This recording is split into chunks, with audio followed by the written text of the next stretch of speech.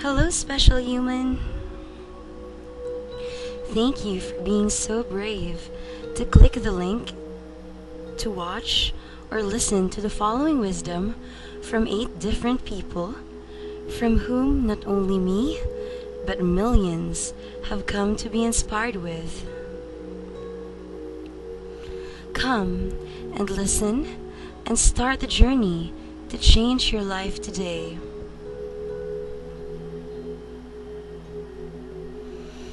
What is this video about?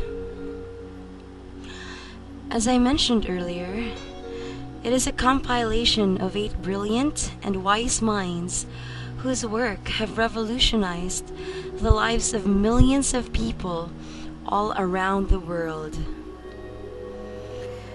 This will be the compilation of the 8 Blink Lists from the Blinklist app.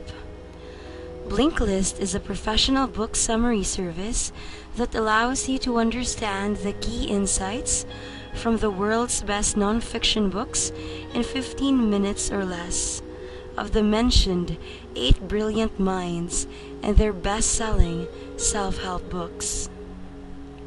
Which means the thing that you'll listen to are just those summary from the book from the Blinklist app. It is advised that you put your headphones or earphones on and you sit in a comfortable, but not in bed, position, and be sure to use mindful listening as you follow along. After listening to this story, is my healing assured? The effectiveness of this compilation will depend solely on you as the listener. If you are open to the wisdom given by these 8 wise authors, you will definitely transform your life. It is highly encouraged that you take note of these tips, suggestions, and insights so you can have personal reference. If you are resistant to the knowledge shared here, then you know the answer to your question above. As they say, how can one expect to get to one place if he or she never left the position he or she is currently at? P.S. Nothing would beat reading the actual book themselves, of course, but this is for the time-constrained individuals or for those who don't have enough motivation to even finish one book. So of course, if you have the moment and the capacity, it's always better to read the entire book itself. I have written the name and the title, of the book and the authors of the book so that you can search them or look them up. It is advised that as you go along in this video, as you listen to each Blink Lists, please take note that if you do not understand them, it is not advised that you continue to the next Blink List. Rather, remain in the said Blink List, replay, rewatch, rewind as much as you have to until you actually understand what is being taught in this particular Blink List.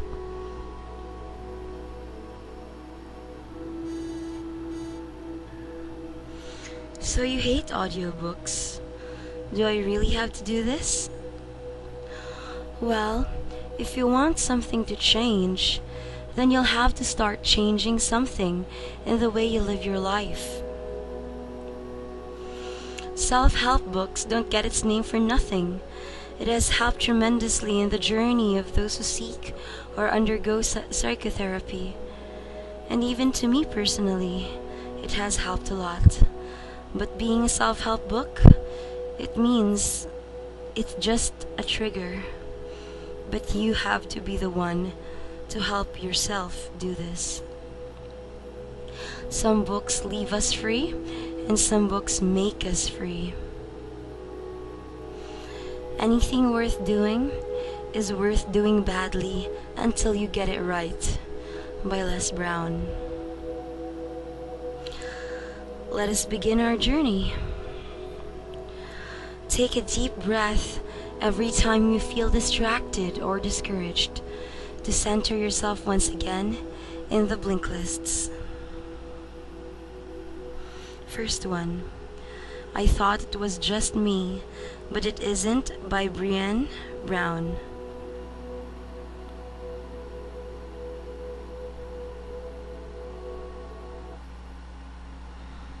Making the journey from what will people think to I am enough. Do you ever think back to something embarrassing you did in the past and wish the earth would just swallow you up as you replay that moment over and over?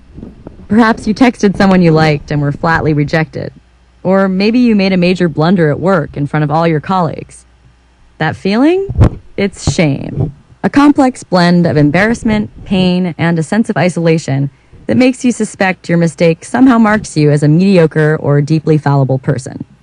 But in the end, absolutely everyone is fallible. Realizing that mistakes and the profoundly negative feelings they can prompt are shared by many helps to mitigate our experience of shame and can let us feel safe in the knowledge that we're not alone. Blink number 1. Shame is a confusing and painful emotion caused by rejection at sensitive times. There are plenty of uncomfortable topics of conversation that most of us will try to steer clear of. But one subject that people particularly loathe discussing is the emotion of shame. As a result, many of us don't have a proper understanding of what it really is. Shame is a visceral emotion whose exact characteristics are difficult to describe, but at its core, it has to do with a feeling of not being good enough. Articulating such an experience can be difficult. After all, discussing shame requires us to, at least to a certain degree, relive the pain it causes. That being said, when the author interviewed over 300 people about how they experience shame, she discovered a theme. Shame is a negative feeling connected to a sense of rejection and the exposure of aspects of ourselves that we tend to hide. Based on this information, the author put together the following definition. Shame is a deeply painful sensation that stems from the belief that we're not good enough, and that this shortcoming will prevent us from being accepted by and belonging to a group. But how does shame arise? Most often, shame occurs when people seek compassion, but experience rejection instead. For instance, one participant in the author's study spoke about how her mother persistently shamed her because of her weight. When the participant visited her mother, the first words out of her mother's mouth would be about how she was still fat, and the last would be about how she hoped her daughter could lose weight before they saw each other next. Or consider another participant whose mother committed suicide when she was in high school. It was a time when she needed support and compassion, but she was instead ostracized by her fellow students for being the daughter of a crazy lady who hung herself. Even from these examples, it's clear that a lack of empathy precipitates shame, and that's precisely what we'll explore next. Blink number 2. The solution to shame is empathy, understanding another person's perspective without judgment. If you get bitten by a venomous snake, you can receive a dose of antivenom that will save you. This is a dramatic example of the many antidotes available to us, and thankfully, a powerful antidote also exists for the feeling of shame. It's called empathy. Since everyone experiences shame, what truly matters is that we can learn how to manage it. Every participant interviewed by the author pointed to empathy as the essential factor in quickly overcoming and recovering from shame. However, receiving empathy from others isn't the only important step. It's also essential for you to empathize with them. Most people first feel empathy by sharing a difficult experience with another person and hearing them say that they understand. Knowing that another person has experienced what you're experiencing and that it's not unusual or uncommon makes you feel less isolated and more accepted. But to achieve this understanding, you need to be able to see things from the other person's perspective without passing judgment, which means being present and aware of the other person's story. For instance, one year the author was overwhelmed by the number of tasks she had to complete one weekend. She had promised to bring cookies to a party at her daughter's school, but she forgot. In her embarrassment, she lied to the teacher, claiming a dessert brought by another visitor as her own contribution. Later, when she told a friend about this, the friend responded by saying that the author had done her best, that she was juggling too many things and didn't want to make a bad impression on the teacher. This response was purely empathetic. There was no judgment, just a simple taking of the author's perspective. You now have some sense of how to relieve shame. Next up, you'll learn how to identify when exactly you're experiencing it.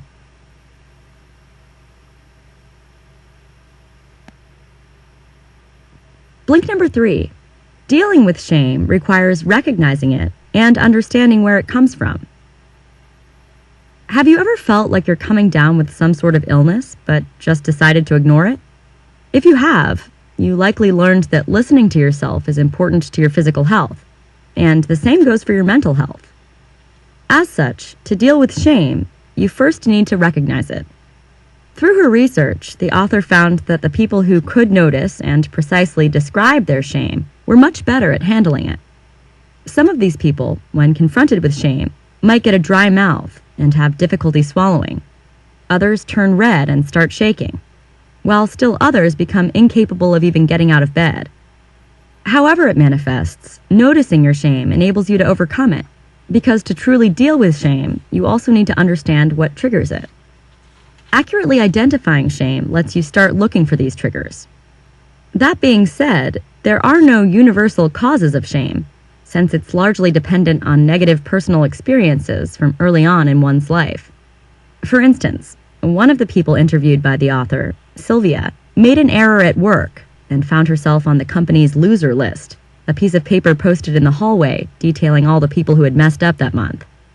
While others might have shrugged it off, Sylvia, who grew up with an extremely competitive father, simply couldn't. Her father had always told her and her sister that nobody likes losers, and that there's nothing worse than being one.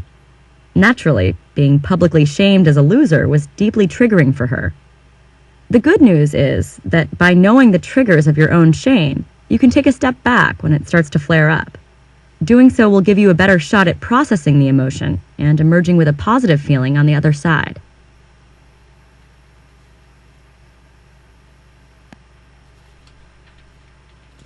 Blink number 4. Critical awareness gives us a wider perspective on shame. On one occasion, while giving a presentation on critical awareness to a pharmaceutical company, the author found herself losing the interest of her audience. Rather than feeling shame or panic, she simply told them that they seemed more interested in the pizza that would follow the presentation than in her talk. By doing so, she was exercising awareness of herself. She went on to explain that she knew they only had a short lunch break and that the pizza was a major incentive for them to be there at all. By pointing this out, she was displaying critical awareness. This all-important ability refers to understanding both why and how something happens. Critical awareness is vital to handling shame because it gives us the ability to zoom out. After all, when we feel ashamed, we can't really think of anything else. By taking a step back, we can notice the social causes of our shame and address it more easily and effectively. For instance, when we complain about our frizzy hair, our freckles, or the size of our bellies, it can feel like we're the only ones experiencing such thoughts. But the reality is that beauty and body image are almost universal triggers for shame. To understand these thoughts, we need to look at society and understand the expectations it places on us. Not only that, but critical awareness helps us see when we're being manipulated. By zooming out even further, we can see that there's an entire industry fueling our negative feelings regarding body image, and that we consume its content in the form of magazines and TV shows. Such media makes us feel shame, and that's exactly what this industry wants. This shame is what makes us spend so much money trying to live up to impossible standards of beauty and attractiveness. Naturally, the results of such a process are disastrous. For instance, some 7 million women in the United States alone suffer from eating disorders. But by being able to see this bigger picture, we can realize how others suffer too, normalizing shame and taking away its sting.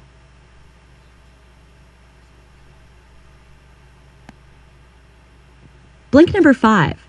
Connecting with others is a form of healing, both for us and for them. When we feel hurt or ashamed, a common reaction is to retreat into ourselves. However, what we actually need is to do exactly the opposite. Connecting with others is crucial to healing from the experience of shame. The opposite of shame is self-esteem. There is a broad tendency to believe that certain things, namely a successful career or a terrific outfit, will boost our self-esteem. But the reality is entirely different. The psychologists Jean Baker Miller and Irene Stiver found in a 1997 study that forming and maintaining relationships is the most reliable way to make people feel grounded and sure of their value. And this is especially true when it comes to shame. Having friendships and support networks through which we can share our life experiences shows us how others share our difficulties.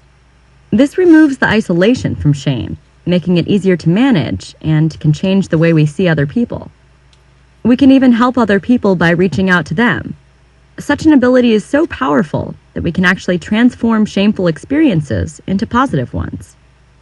Just take a participant interviewed by the author, whose father was married to a younger woman and whose mother was married to a man with 6 previous wives. She was often shamed for the eccentric marital histories of her parents, and when she hears someone being judged for having a strange family, she shares the story about her own. When it comes down to it, we all have weird families, each with its own imperfections. It's only because we habitually lie about such things that visible imperfections are met with ridicule.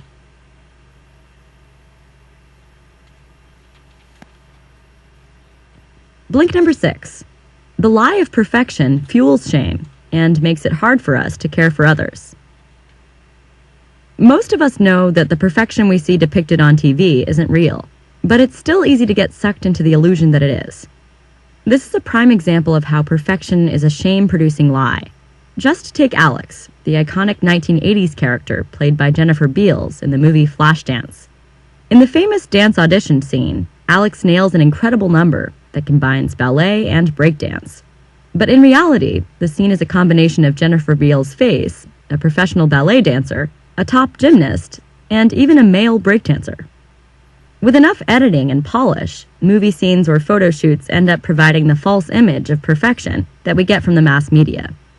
Naturally, the major problem with such images is that we're led to believe that we should admire and emulate these perfect humans. Who wouldn't feel ashamed trying to live up to such an unrealistic ideal? But there's another issue with the perfection lie. It makes it difficult to fill human roles, like that of a caregiver. After all, if we expect to be perfect, we'll expect it from others too. This can only lead to difficulty in imperfect situations, such as caring for an elderly parent who is losing his cognitive faculties. As a result, caregivers are often extremely hard on themselves, disappointed by their feelings of resentment. For instance, one of the author's interviewees, Chelsea, cared for her mother for 2 years before putting her into a nursing home.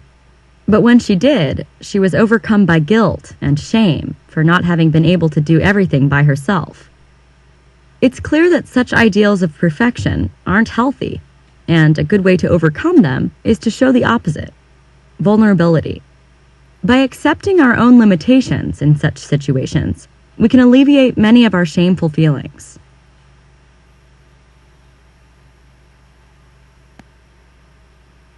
Blink number 7. Anger is a tempting way to cover up shame, but it only makes things worse. Have you ever totally lost it on someone just so you didn't have to be honest about how hurt, ashamed, or embarrassed you were feeling? It's a common reaction, and anger is a tempting tool with which to hide shame. In fact, shame even appears to be directly related to blaming, as people are constantly pointing fingers to avoid confronting their feelings. Psychologists June Tangney and Rhonda Deering say that people can protect themselves from their shame by projecting it outward and blaming others through a self-righteous burst of anger. Essentially, this is a way for people to regain control over their shame by exerting power. However, anger really just makes things worse. Many of the people the author interviewed admitted that they invariably regretted the angry outbursts that resulted from their shame. While such explosions might feel good in the moment because they relieve some of the pain, in the long run, they are simply detrimental to relationships. People can become alienated because they can't understand where their anger is coming from. This, in turn, isolates the angry person, producing more shame as their connection to the other is weakened. But that doesn't mean everybody should suppress their anger. Anger is actually a healthy emotion, just not when it's hiding another one. That's why, if you're feeling shame, it's important to try to stay with it, describe it, and reach out to other people. You now know that anger can be a mere mask for shame, that focusing on perfection isn't a solution, and that it's essential to avoid being trapped by shame. Rather than letting yourself fall into these unhealthy patterns, let yourself be vulnerable. Turn to those around you to forge connections, and share the empathy that you and others need to heal.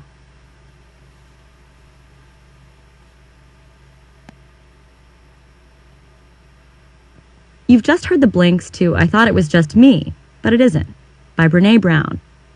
The key message in this book is that we've all experienced shame, and we'll all experience it again at some point down the road. Rather than trying to ignore this inevitability of life, it's essential to acknowledge and normalize it. By doing so, we can constructively deal with this painful emotion, connect with others, and emerge from a difficult experience with our self-esteem intact.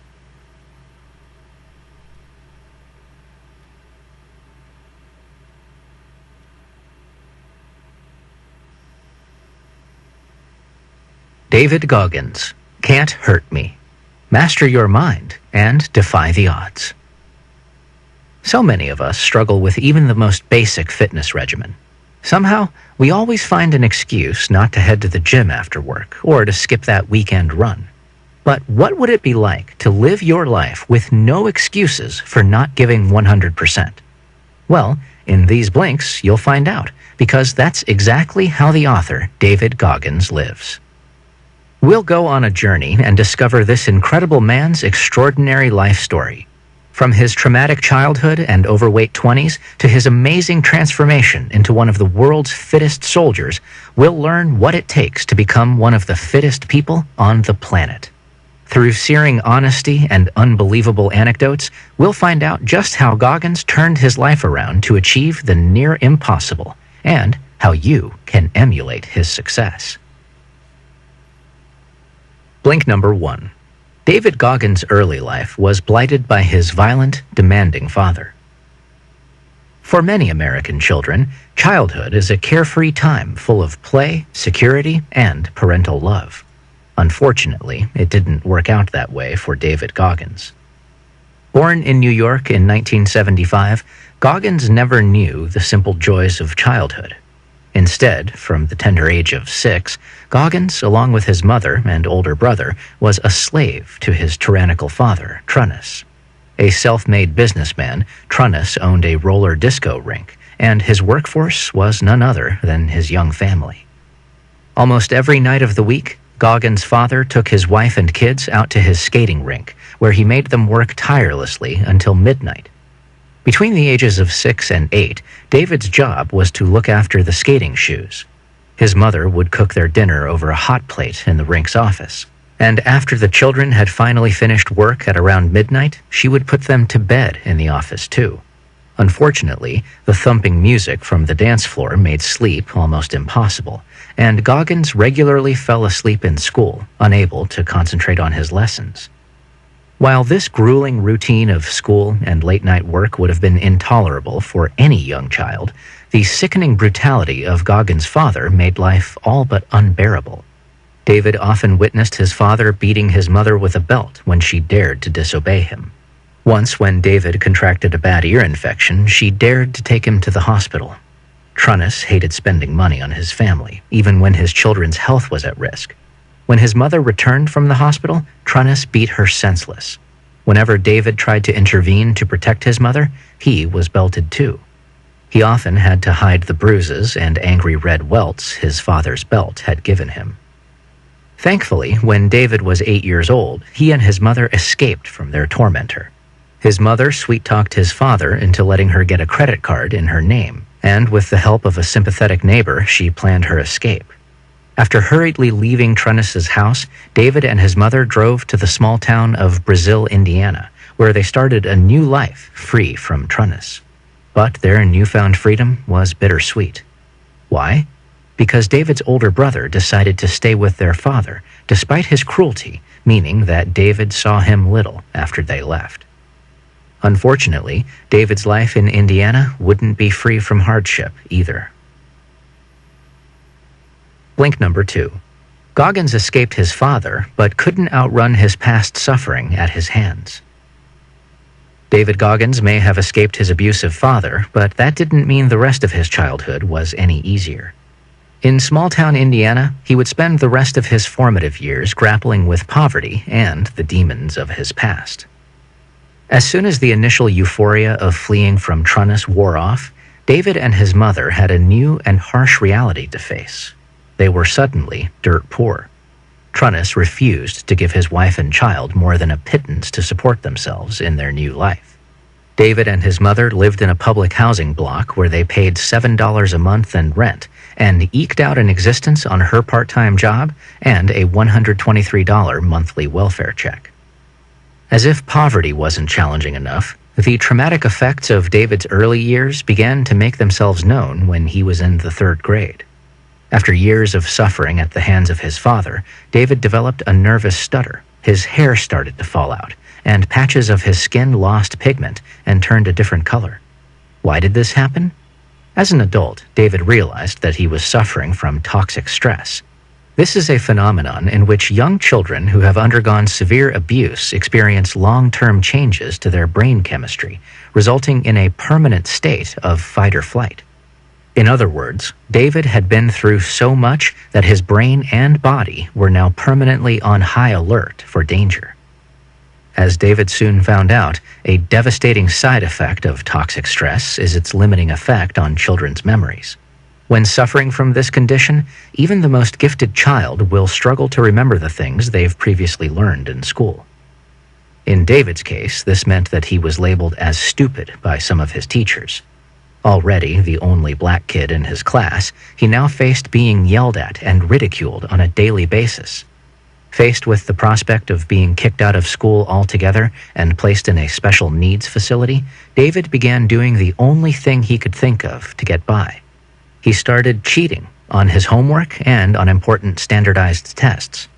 The result? His oblivious teachers allowed him to stay in school, but his education suffered terribly. Heading into his teenage years, unbeknownst to anyone else, David could barely read. Blink number 3. Fear and disappointment held Goggins back from reaching his full potential as a young man. As a teenager, David still struggled with school and literacy. But in his late teens, he finally locked on to something concrete to do with his life: join the United States Air Force. Buoyed by hopes of becoming a military man, he buckled down, learned to read, and was accepted into Air Force training. Unfortunately, his path to success wouldn't be a smooth one. David's dream was to become an Air Force pararescue, a special type of soldier who specializes in parachuting into war zones and rescuing injured pilots. To complete his training, David would have to face his toughest test yet: swimming. David's mother had not been able to afford swimming lessons for him, and he was 12 years old before he even saw a pool. This meant that when he began military training, he desperately lacked the sort of swimming ability necessary for him to make the cut. Paralyzed with fear and facing increasingly tough swimming challenges, he eventually took the easy way out by quitting.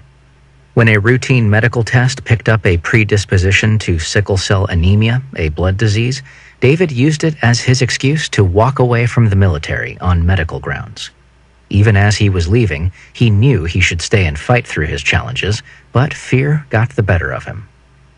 By 1999, with his military hopes vanquished, 24-year-old David was working a dead-end job as a night shift pest exterminator and using food to numb his disappointment. After his discharge from the Air Force, he ballooned from 255 pounds to almost 300 as his eating spiraled out of control. As soon as his pest exterminator shift ended, the first thing he did was stop off on the way home for a chocolate milkshake and a box of donuts, and that was just breakfast number 1. After this, he would drive to his mother's house, where she had prepared his usual morning meal. Unbelievably, this consisted of 8 cinnamon rolls, 6 eggs, 10 bacon rashers, and copious amounts of sugary cereal. Sadly, David was using food to cope with the bitter realities of his life, that he was uneducated, unskilled, and heading toward a dead-end future. Luckily, The motivation he needed to turn his mediocre life around was waiting just around the corner. Blink number 4. Goggins changed his life and his body in a quest to become a Navy SEAL. One morning, after binging on another massive breakfast, Goggins saw something on television that would change his life forever. A documentary about Navy SEALs in training. SEALs are widely regarded as the most elite fighting force in the world, and SEAL training is the toughest in the world. Only the best make it through. Watching SEAL recruits struggling through mud, sweat, and tears, Goggins was transfixed by their mental toughness, their determination to fight through suffering, and their peak physical conditioning. Suddenly, he wanted to join them more than he had ever wanted anything. Goggins spent the next few weeks phoning Navy recruitment offices across the United States, pleading for the opportunity to train as a SEAL. As luck would have it, there was a training program open to former military recruits who wanted to become active again by joining the Navy. Goggins was told he could use this program to join the SEAL training program. Unfortunately, there were 2 problems. Firstly, this program was going to be shut down in 3 months. Secondly, Goggins was far too heavy to join the Navy.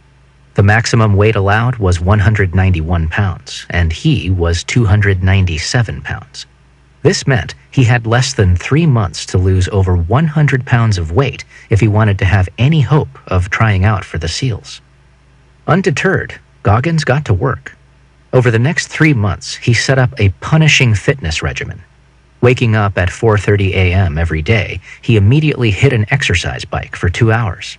After that, he'd drive to the nearest pool and complete a 2-hour swim. Then it was off to the gym for an intense workout that included circuit training and at least 5 sets of 200 reps for all the major muscle groups. After the gym, he'd hop back on the exercise bike for another few hours. After dinner, it was back on the bike again for 2 more punishing hours. Remarkably, within 2 weeks, he had lost 25 pounds, and within a month, he began adding 4-mile runs to his daily routine. When the deadline for enrollment came around, Goggins was fighting fit. He joined the program and underwent a grueling training period that included going 5.5 days with minimal sleep and completing tough exercise drills while soaked with water and covered in sand. However, Goggins gritted his teeth, graduated from the training, and eventually achieved his dream of joining the Navy SEALs. Blink number 5. Goggins' most impressive credentials are for ultra running. Goggins had achieved his ambition to become a Navy SEAL, but after a few years, he found himself hungry for new challenges. What would test his physical capabilities to the limit, the way SEAL training once had?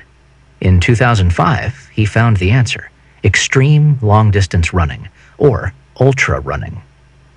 Goggins began ultra running to contribute to a good cause.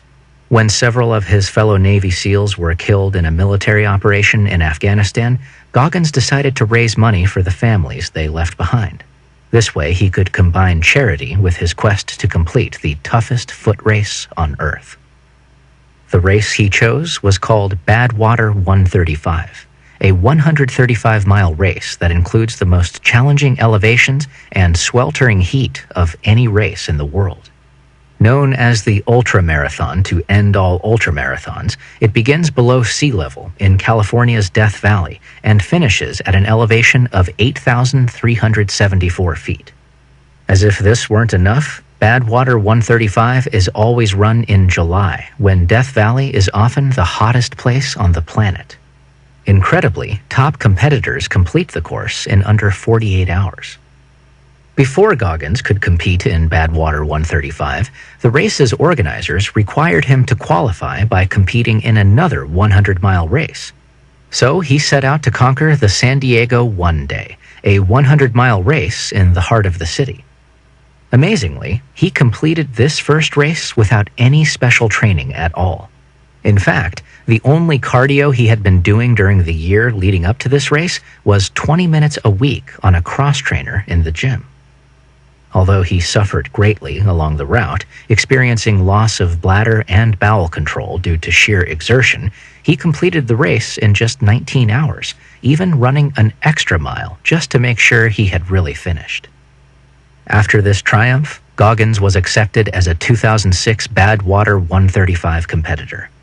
This time, he trained as hard as he could in preparation for the race. Not only did he carefully study the terrain he would run, but he also trained in the kind of extreme heat in which the race would be run. When race day came around, all his training paid off, and Goggins completed Badwater 135 in just 30 hours, coming in 5th place. Blink number 6. With a lot of hard work, anyone can emulate Goggins' success. Because Goggins is one of the United States' only African-American SEALs and a prolific ultra runner, people often ask him how they can become as successful as him. His first piece of advice comes down to one thing: work ethic. It's a sad fact that our society has become addicted to quick fixes.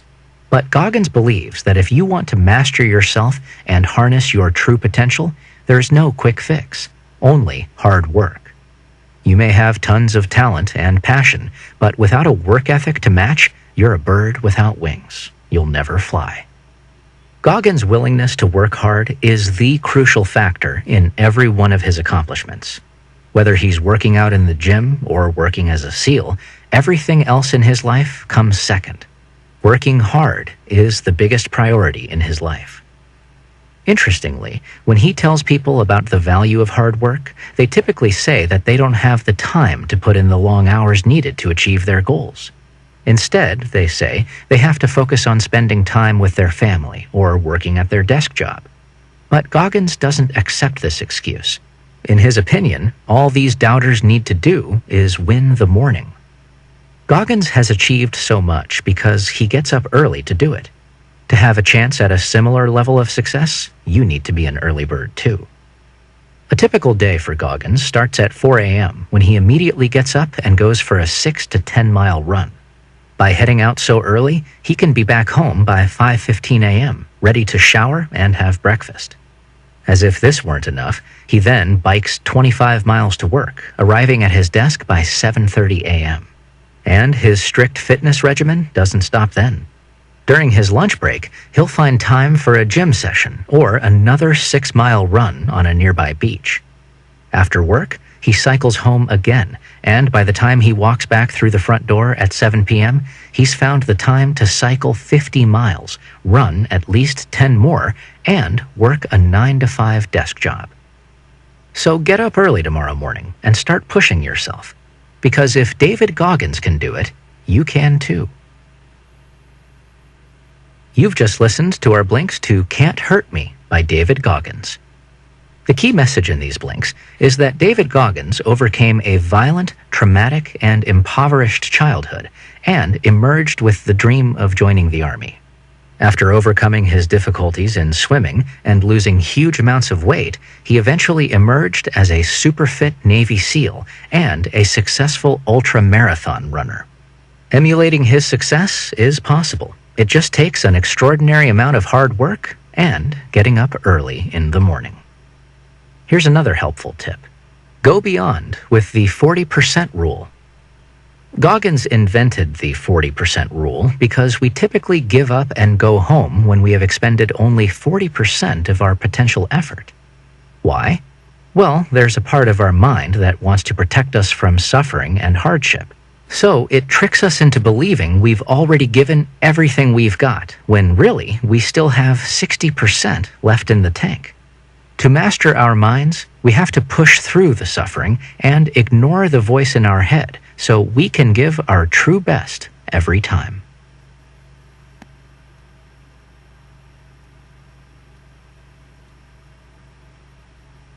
William H. McRaven. Make your bed. Little things that can change your life and maybe the world. Sometimes the simplest of things can be the most effective, and that's what these blinks are all about. It may seem obvious, but even something as small as making your bed in the morning, every morning, can hugely affect your quality of life. As a Navy SEAL, William H. McRaven fought in both Afghanistan and Iraq. While there, and during his years of training beforehand, he collected an impressive array of life lessons. From the necessity of accepting failure and the importance of never ever giving up, Admiral McRaven's advice is sure to inspire. Blink number 1. Start the day off right by making your bed, and never underestimate the importance of a teammate. If you've ever seen a movie where young soldiers were struggling through boot camp, you may have noticed their bunk beds and how orderly and neat they're kept. It may seem like a small and insignificant detail, but a made bed can get your day started on the right foot. The author and his fellow cadets were taught the proper way to make a bed in Coronado, California, as part of the basic training for being a member of the U.S. SEAL team. And they also learned when to make their bed, first thing after waking up. If someone failed to follow the bed-making code, they would perform the sugar cookie ritual, which involved diving into the Pacific Ocean and then immediately rolling in the hot sand on the beach. Now, you may be thinking, what's the big deal about making your bed? Well, it may be an easy task, but accomplishing any task first thing in the morning is the best and most productive way to start your day. It gets the ball rolling, so to speak. By finishing one job, you'll find it easier to begin checking off the other tasks on your list. And before you know it, you'll be feeling great and productive, all thanks to making your bed. Another life lesson from the military is the importance of teammates in your life. The author learned this the hard way after a near-fatal parachute jump. Falling through the air, McRaven was struck by another jumper's parachute, which caused his own parachute to become entangled with his leg. The force of his parachute's deployment broke his pelvis and tore his stomach muscles from the bone. During his months of recovery, the author came to learn how important it is to have someone to help you carry on. If not for his wife, Georgianne, McRaven would likely have succumbed to depression and self-pity. Everyone experiences a time in life when he needs the support of someone who believes in him. You can't make it through life on your own. Blink number 2. Don't judge a book by its cover, and don't expect life to be fair. Were you ever surprised by someone? Perhaps you initially assumed the person was dull and boring, only to end up later on as great friends. The lesson here is to never make the mistake of judging someone by anything other than their heart. The opposite scenario also holds true. You might think a stranger is something they're not, so before you place your confidence in them, ask yourself, what do I really know about this person? When McRaven was in college and considering his future as a Navy SEAL, he visited a recruitment center to learn more. While he was there, he noticed Tom Morris, a small, balding, and frail-looking man. He looked like the exact opposite of a badass SEAL team veteran. Yet, that's exactly who Lieutenant Tom Norris was, a war hero who'd been shot in Vietnam while risking his life to save others. Norris fought through painful injuries and exhausting recovery to continue serving his country as a member of the FBI's hostage rescue team. This brings us to another valuable lesson, that you shouldn't expect life to be fair and reasonable. McRaven faced a fair amount of sugar cookies during his SEAL training, diving into the waves of the Pacific and then rolling around in the sand. This punishment was inflicted even if he hadn't gone against the SEAL training rules, which could make life seem unfair and unreasonable. But after you spend enough time running around with sand rubbing against every inch of your body, you come to accept that life is unfair and that it's futile to resist this fact. The ridiculous thing to do would be to waste time by refusing to accept life's challenges. Instead, you need to pick yourself up and march forward. Blink number 3. Learn from your failures and don't be afraid to take risks. No one likes to hear the word failure. It's loaded with negativity, something everyone wants to avoid. But with the right perspective, failure can be used as an advantage. Sometimes failing is unavoidable, and though it can cause pain and suffering, that doesn't mean we should allow it to overpower us. Instead, we can use it to make us stronger and more determined. While training with the basic underwater demolition SEAL teams, the author was part of a swim team that was constantly finishing in last place. This meant they were subject to another dreaded Navy SEAL ritual, the circus. Legendary among SEAL members, the circus is a strenuous endurance test that has been known to make many cadets give up and quit SEAL training. The circus was an exhausting trial for McRaven, but it worked, improving the results of his swim team. And when it came time for the graduation test, which featured a swim that was more challenging than any they'd faced before, they ended up finishing first. Their previous failure had made them stronger than any of the other cadets. Part of learning from failure is a willingness to take chances, because in order to win big, you have to take big risks. While comfort has its pleasures, there's a certain thrill in taking risks as well, and if you let your anxieties and fears control all your decisions, you won't get very far. In 2004, McRaven was faced with a tricky situation. There was an enemy compound in Iraq that was holding 3 hostages, and the intel was that the enemy and their captives would soon be on the move. His best chance of freeing the hostages required a risky daytime raid on the compound. Of course, it wasn't ideal. They'd be out in the daylight, and the compound was barely big enough to accommodate the 3 helicopters the team required. It was risky, but McRaven gave the orders to execute the mission. They had to push aside their fears of failure and death, but it was a success, and the hostages were rescued.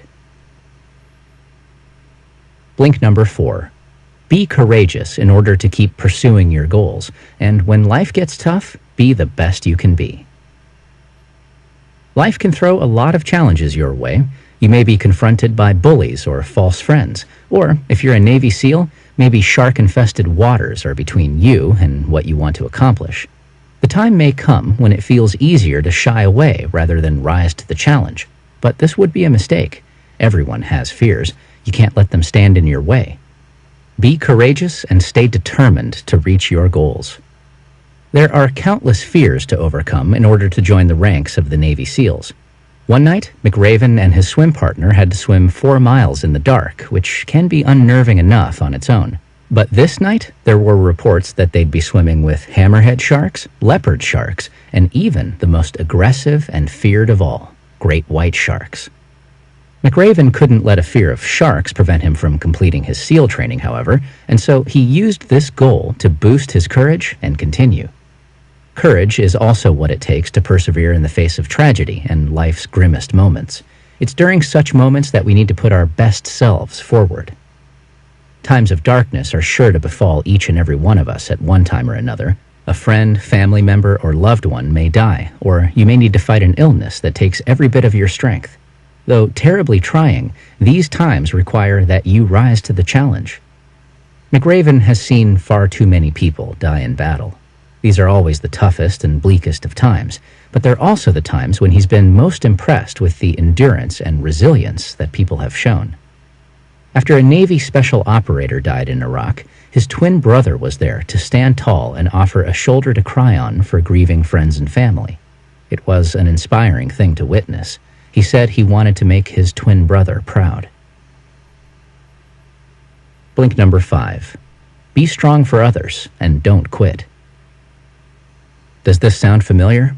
You're at the end of your rope, ready to call it quits, and then you talk to a friend who offers a fresh perspective and gives you that second wind. These are moments that show how much difference one person can make. We should all strive to be someone who can instill hope in others and lead them forward in life. Even if you know very little about the Navy SEALs, you may have heard of Hell Week, a 7-day endurance test that often serves as the point where cadets either make it or call it quits. At one point, trainees have to spend a night sitting, covered in cold mud. During McRaven's Hell Week, one of the cadets got up and walked away, ready to quit. But then, one of the other men began to sing, and then a second and third joined in. Soon, they were all singing. It began with one man, but it was enough to get that cadet to turn around and rejoin the group with renewed hope. This brings us to the final lesson. Don't give up. Life is beautiful, even in the times when it's a painful mess. Remember, those blissful moments are impossible without the bad ones. So when times get tough, don't feel sorry for yourself or blame others. Life is what you make of it, and it will only be as good as the effort you put into it. And if you give it nothing, you'll only feel regret. In Afghanistan, a soldier named Adam Bates was badly wounded by a landmine. When McRaven visited him in the hospital, Bates was covered in burns. Tubes ran in and out of him. Not only that, he'd lost both legs. Nevertheless, Bates used sign language to signify that he'd be all right. It's the kind of response McRaven is so proud to see in soldiers. So often they face hardship, but refuse to succumb to self-pity. A SEAL learns to never give up, and if Adam Bates can find what it takes to keep going, surely you can as well. You've just listened to our blinks to Make Your Bed by William H. McRaven. The key message in this book is that regardless of who you are, there are valuable life lessons to be learned from a veteran of the U.S. Navy SEALs. A SEAL is someone who's been through the worst trials and tribulations, who's faced their worst fears and grown stronger from doing so, who's lost friends and witnessed acts of heroism that others can only read about. From these experiences comes a unique perspective on life and what it takes to make the most of it. Carol Dweck, Mindset, The New Psychology of Success. Blink number 1. Our mindset shapes whether we believe we can learn and change and grow, or not. From the shape of your skull to the size of your foot, your body's physical characteristics are more or less entirely predetermined from the start. Of course, you can get plastic surgery or break a bone, but we human beings generally have very little control over our body's features. But what about intellectual and physical abilities, like playing basketball, drawing, or solving math problems? Are they hereditary or learned? Today, most scientists agree that if you want to become a concert violinist, you not only need to have a musical disposition, but must dedicate years of your life to practicing. Still, there are as many answers to this question as there are people, for our mindset plays a crucial role in how we see ourselves and others. Simply put, our mindset shapes our beliefs in accomplishing something. These two extremes form the basis for the concept of a fixed versus a growth mindset. People with a fixed mindset believe they are born naturally gifted at doing some things but utterly incapable of others, whereas people with a growth mindset believe they can become virtuosos of anything if they try hard enough. So the people in the latter group continue growing throughout their lives, acquiring new skills without reservation and actively engaging in their relationships. For them, life in all its facets is in a constant state of change. By contrast, people with a fixed mindset often let their black and white way of thinking obstruct their development. If they fail at something, they bury their heads in the sand or blame others. They hope for everlasting love in their relationships rather than working on the relationships themselves. Blink number 2. An individual's abilities are set in stone in the fixed mindset. People with a fixed mindset believe that talent is king. In their view, a person's abilities are set in stone from the get-go. A person is, by nature, either intelligent and talented or stupid and incompetent, and will stay that way. Big companies like Enron and McKinsey, whose HR departments invest a lot of money into scouting out so-called naturals at universities, embody this way of thinking. The grads they hire are expected to instantly boost company performance with their outstanding abilities. But since the grads are so talented, they receive little training and are not expected to progress in their jobs or grow into new roles. As a result, their superiors evaluate them constantly. Are these grads really as smart as we thought, or do their errors reveal that they lack the talent to get the job done?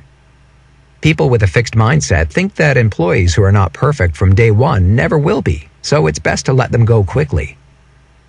Moreover, people with a fixed mindset believe they can only do things they show a natural aptitude for, that practice certainly does not make perfect. Since they are quick to judge themselves and other people as being good or bad at something, they assume others are judging them all the time too. Thus, they feel the need to show how talented and smart they are every chance they get. They believe their entire personality is at stake. One slip-up could be enough to brand them as incompetent fools for life. They constantly seek approval from others to protect their egos and confirm that they really are as great as they think they are. Blink number 3. Growth and development are possible in the growth mindset. When children with a growth mindset are given a difficult math problem to solve at school, they jump to the challenge and want to do more problems just like it at home. They recognize that the more problems they solve, the more they learn. The sky's the limit when it comes to life's possibilities for children with a growth mindset. It's hard to define their precise degree of intelligence today, let alone predict what it may be tomorrow. Sure, their grades reflect their status at one moment in time, but these kids believe they can learn more with hard work, dedication, and perseverance. Moreover, they are not interested in getting the highest grades or being better than other students. They want to feel the satisfaction of pushing themselves to the limits of their growth potential. Whether music or sports, writing or drawing, they practice relentlessly and are quite aware that it is only through practice and the occasional failure that they can improve their skills. People with a growth mindset relish any opportunity to learn tricks from the crème de la crème in a field. They reconsider and discard strategies used in the past and are always thinking about how they can eradicate their faults and weaknesses. In their relationships, they encourage their partners to continue learning and working on themselves. When they play sports, they play knowing they are serving the team. When they run a business, they show their employees respect, are grateful for their work, and ask for their honest opinions on things, however inconvenient the truth may be. People with a growth mindset welcome problems and see them as challenges, not insurmountable obstacles. They willingly put their energy into bettering themselves and the world around them. Blink number 4. People with a fixed mindset seek approval. Those with a growth mindset seek development. Lee Iacocca became the CEO of Chrysler Motors when it was on the brink of collapse. Thanks to his swift decision-making and good feel for employees, he was just able to bring the company back to life. But after that, his behavior changed abruptly. He started resting on his laurels, flaunting his superiority, and putting more energy into his own image than into the company's welfare. His sole objective became to seek approval from others. Iacocca clearly exhibits a fixed mindset. Just as he classifies everything as either good or bad, he feels others scrutinizing him, labeling him as a winner or a loser. And because he would like to be a winner, he tries to appear as intelligent and talented as possible instead of finding ways to improve the company. Contrast this with Lou Gerstner, who took over IBM just as it was about to go belly up. Plagued by a fixed mindset work environment, the company was wasting energy on internal disagreements instead of focusing on service and teamwork. Everyone was trying to do what was best for themselves, thus the company was not meeting customer needs. To change that, Gerstner broke down the company's hierarchies and emphasized teamwork, rewarding employees who supported their coworkers. He also opened up communication pathways throughout the company, putting himself on the same level as his employees. This enabled him to establish personal contact with as many employees as possible in a short period of time. Gerstner's growth mindset enabled him to create a new work environment based on teamwork and development. The focus moved away from individual success and towards shared development. Based on this concept, he was able to bring about lasting success at IBM. Blink number 5. The fixed mindset sees failures as disasters. The growth mindset sees them as opportunities. Failure has dramatic repercussions for people with a fixed mindset. Take the golfer Sergio Garcia. When he was having a bad streak, he fired one caddy after another in fits of rage. Once he even blamed his shoes, whereupon he took them off and threw them at an innocent bystander out of frustration. People with a fixed mindset do not believe they can learn from their mistakes. They see a single failure as evidence that they will be losers forever. One defeat negates and devalues all past successes. In order to preserve whatever little self-confidence they have, people with a fixed mindset make excuses, cheat, or lose interest and look the other way. They do not seek help or analyze their weaknesses, and they certainly do not try to get better by practicing. They see themselves as a finished product, not a continual process. Even Basketball Hall of Famer Michael Jordan had periods in his career when he did not dunk every ball he touched. He fluffed a good 26 potentially winning shots. However, rather than sticking his head in the sand, he practiced the shots he missed over and over again. By the end of his career, he had the best shooting techniques of anybody on the court. Michael Jordan obviously had a growth mindset. Rather than finding fault in his teammates or the court's floor, he looked for ways to improve his own skills and game. He analyzed his mistakes, practiced even harder than before, and took advice from other people. He firmly believed that he could transform his defeats into victories as long as he tried hard enough. Blink number 6. People with a fixed mindset avoid difficulties. Those with a growth mindset relish them. There are many things in life we can only achieve with effort. Yet when people with a fixed mindset are faced with a difficult situation, all they can see are risks, because the more time and energy they invest in something, the fewer excuses they have if they fail. Plus, they believe in the enormous power of natural talent. Gifted people should not need to try so hard. This way of thinking makes it impossible for people with a fixed mindset to better themselves without questioning their own talent, and so they avoid difficult situations. They do not want to potentially make a fool of themselves. The violinist Nadia Salerno-Sonnenberg exhibited this kind of behavior. At age 10, she was already critically acclaimed. By 18, she held her violin incorrectly and her fingers were stiff. Every time she tried to learn something new, she became so afraid of failing she would stop bringing her violin to lessons and avoid playing altogether. If the actor Christopher Reeve had such a mindset, he would have remained completely paralyzed from the neck down for the rest of his life, just as the doctors predicted after his accident. However, he had a growth mindset. Rather than passively accepting his fate, he took control of his situation. So he underwent a strenuous training program, and then the impossible happened. Contrary to all diagnoses, he moved his hands, then his legs, and finally his entire upper body. Challenges give people with a growth mindset the opportunity to pursue purpose-filled actions. The more dejected they are, the more energy they put into fighting against and rewriting their fate. Like Reeve, they strive to make the impossible possible. Blink number 7.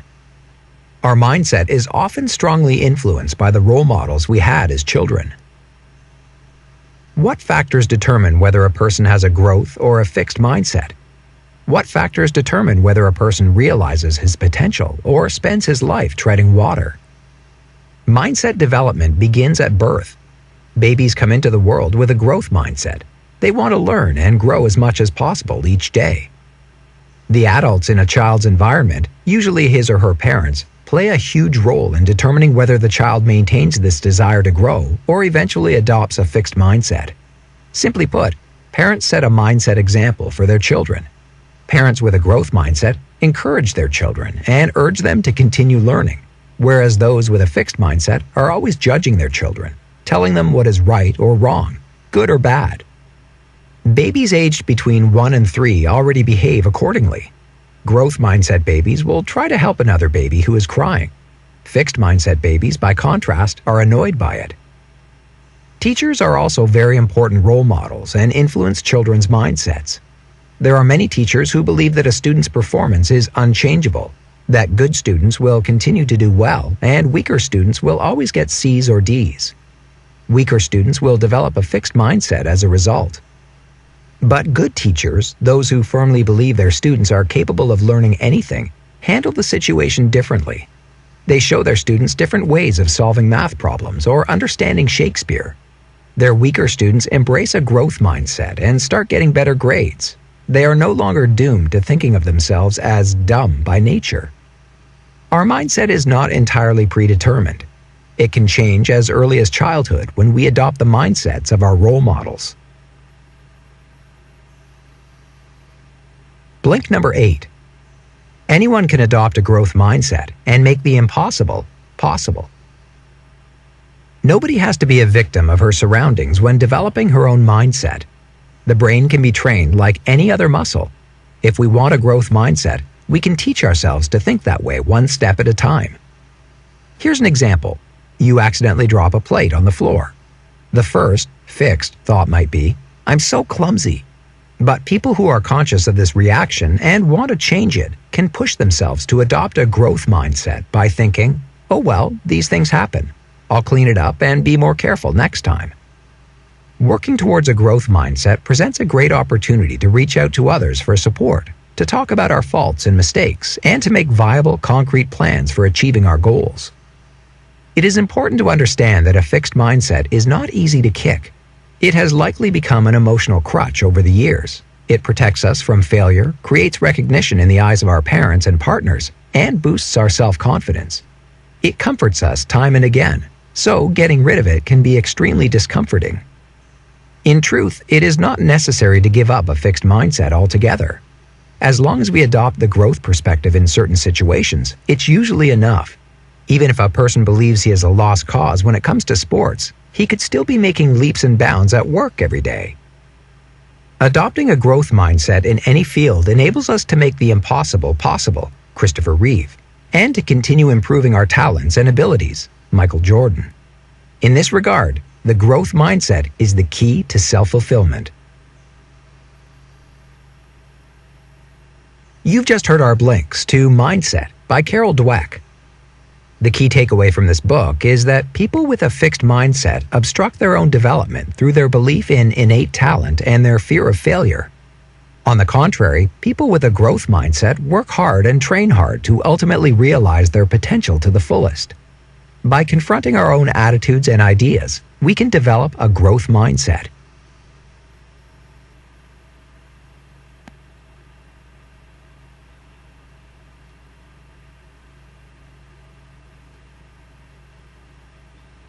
Dale Carnegie, How to Stop Worrying and Start Living. Blink number 1.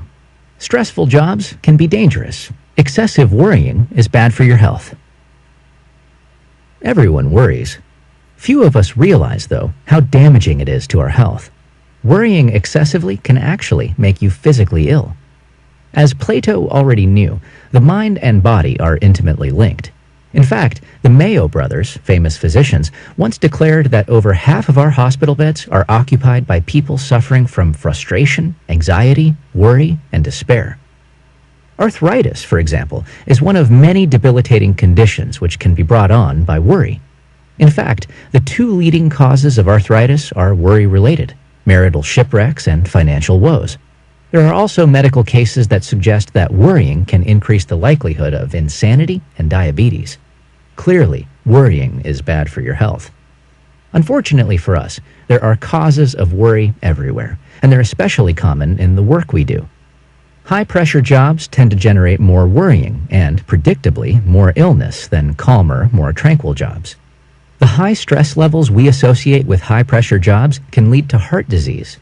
One study showed that more than a third of business executives suffer from heart disease, stomach ulcers, and high blood pressure. Another study found that 20 times as many doctors as farm workers die from heart failure. This means that if you're in a highly stressful job that causes you worry, you need to find a way to fight worrying, or you may soon wind up with an ulcer or worse. Blink number 2. Confusion causes worry. Get the facts about your worries and solve the problem. How would you feel if someone told you on Sunday evening that come Monday morning you would be thrown into a torture chamber? Would you worry? Probably, but there would be a way to deal with those worries. Confusion is the chief cause of worry, said Herbert E. Hawks, Dean of Columbia College. According to him, few people bother analyzing the facts of their situation when they are worried. He proposed that all kinds of worries can be resolved by applying a simple 3-step analysis. That is precisely what Galen Litchfield did in 1942, when, stuck in Japanese-occupied Shanghai, he got news that a Japanese admiral had found out about the assets he'd hidden from the Japanese. His punishment was to be thrown into the notorious torture chamber of the Japanese secret police on Monday. Litchfield heard the news on Sunday and wondered what to do. His solution was to follow these 3 steps. First, get the facts about why you're worried. Litchfield took a typewriter and wrote down what he was worried about, being tortured to death in the morning. Second, analyze those facts. Litchfield wrote, "What can I do about it?" and underneath listed his various options, like fleeing, explaining himself, or acting like nothing happened. Third, make a decision about what to do, and do it. Litchfield decided his only option was to go into work like nothing had happened. Apparently, the Japanese admiral had calmed down, for he merely scowled at Litchfield. As you can see, analyzing your worries carefully can even save your life sometimes. Blink number 3. Once you've decided how to address your worries, take action and never look back. Have you ever made a decision in life only to constantly second-guess it afterwards? This tendency is very common in people. We constantly wonder whether we did the right thing and whether there might still be time to take another path. Although this tendency is common, it can also be very damaging when you're trying to find ways to address your worries. When you're trying to decide how to resolve a worrying issue, you do, of course, need to start by analyzing the facts. But once this analysis is complete and you have chosen a course of action, you should not revert back to the analysis phase. Remember, you've already made your decision, so act decisively on it and dismiss all your anxiety about it. Don't stop for a moment to hesitate, to reconsider, or to retrace your steps. Even the slightest doubt can lead to a chain reaction of doubts, unraveling all the analysis and work you've already put into addressing your worries. Once you've chosen a course of action, stick to it and never waver. Otherwise, you will find yourself back at square one.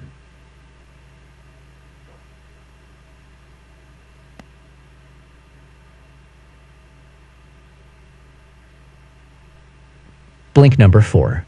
Live for today. Keep the worries of yesterday and tomorrow out of your head. Have you ever spent a night tossing and turning, mulling over something that happened in the past or that might happen in the future? If so, you're not alone. Most people have. But to what end? Worrying about the past or future is pointless. Writer Stephen Leacock described this absurdity aptly by describing a child who speaks of "when I am a big boy." Then, when the child is a big boy, he says, "when I grow up." As a grown-up, he says, "when I am married." As a married man, he thinks, "when I can retire." But when he has retired and looks back over the distance he has come, he will feel a cold wind and realize he has missed it all, and it's too late. Therefore, to avoid such a sad fate, you should live only in the present. Much as a ship has different watertight compartments, you need day-tight compartments, a way to limit your attention to the present day and protect yourself from useless rumination on the past or speculation about the future. The rule is simple. Whatever happened in the past or might happen in the future must not intrude upon today. Of course, you can and should still plan and prepare for the future, but there's often little use in worrying about it. The best kind of preparation for the future is to do the very best that you can in your life and work in the present moment. One example of someone who benefited from this advice is a widow who was near suicidal with grief and loneliness. While reading an article one day, she stumbled across the quote, "Every day is a new life to a wise man." Inspired by these words, the widow repeated them to herself each morning thereafter, ultimately finding success and happiness in her life. Yesterday is dead, and tomorrow is unborn, so do not worry about them. Instead, focus only on what you can do today.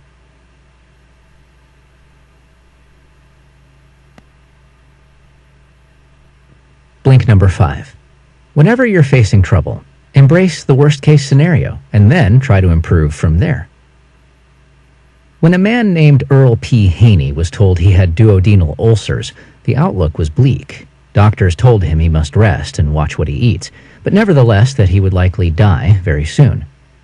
In response, Haney did something spectacular. He embraced his fate. This simple idea is the basis for a magical 3-step approach to stop worrying. If you're worried about something, first ask yourself, what's the worst thing that could happen? Define the absolute worst-case scenario. Could you lose your job, be jailed, get killed? For Haney, he figured all he had to look forward to was a slow, lingering death. Next, accept this worst-case scenario. Assume for a moment that the worst is what will happen. Most likely, the worst-case scenario is not that bad, and it's conceivable you could even bounce back from it. If, for example, you lose your job, you could always find another. Once you accept this worst-case scenario, you will likely feel much calmer. For Haney, of course, his worst-case scenario was horrible, but he accepted it and prepared for it. He even bought a casket so his body could be shipped to his family plot in Nebraska. Finally, devote your efforts to improving on that worst-case scenario. Haney decided that if he was going to die anyway, he might as well make the most of it. Over the objections of doctors, he decided to travel around the world with his casket in tow. He drank cocktails and ate strange native food. He endured monsoons and typhoons, and he sang songs and made friends. By the time he returned home, he had forgotten all about the ulcer and promptly sold the casket back to the undertaker. He hasn't been ill for a day since.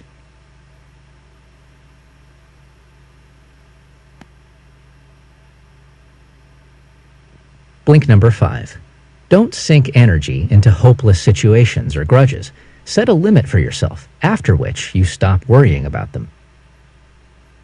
Most people have the unfortunate capacity to fret and stress endlessly about any negative experiences they encounter, when, in fact, they'd be better off simply walking away from them. Fretting is senseless. By giving into it, we allow misfortunes to exact a terrible cost on our happiness. So how can we avoid fretting over misfortunes? One surprising solution lies in a well-known strategy taught by a famous stock trader, the stop-loss order. A stop-loss order means that shares are bought at a certain price, and then their price development is observed. If things go badly and the share price hits a certain point, say 10% below the price they were bought for, then they are sold off immediately. This stops the loss from increasing further, hence the name. One person who probably would have benefited from applying a stop-loss order to his life was the Russian literary giant Leo Tolstoy. Tolstoy lived in a pure hell of a marriage where both parties placed the blame solely on each other for 50 years. Why did he not simply say, enough is enough, and stop the losses he was incurring by languishing in this marriage? The stop-loss order can also be applied to grudges. It is simply not sensible to expend your own time and energy on resenting someone personally. Abraham Lincoln, for example, said he never felt that any benefit came from quarreling, and he immediately forgave those who attacked him once they stopped. So, from here on out, put a stop-loss order on things that cause you stress and grief.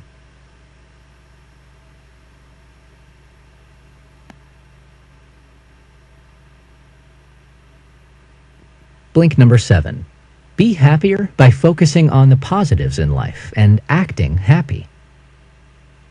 Most people would say their emotions influence the way they think and act. But, in fact, as psychologist William James said, they go hand in hand. This means that though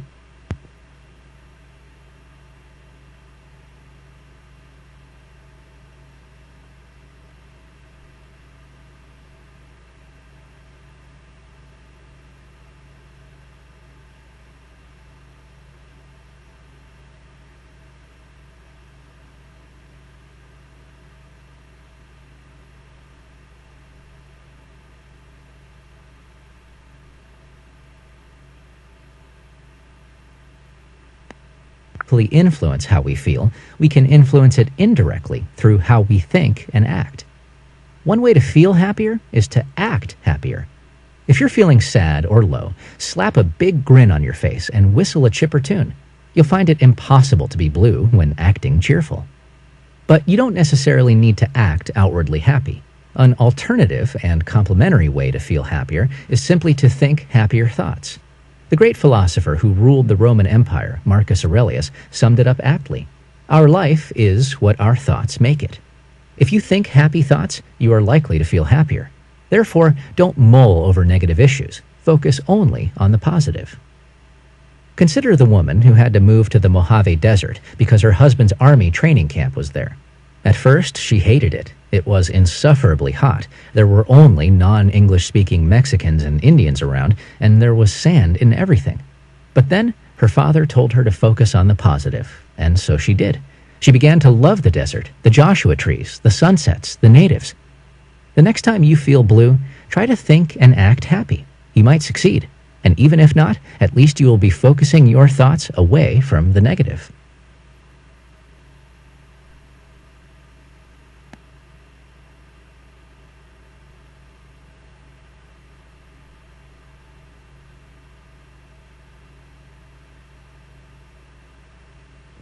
Blink number 8. Don't expect gratitude. Give for the joy of giving. Think back to the last time you did a favor for someone. Were they grateful? If not, did you feel slightly offended and frustrated?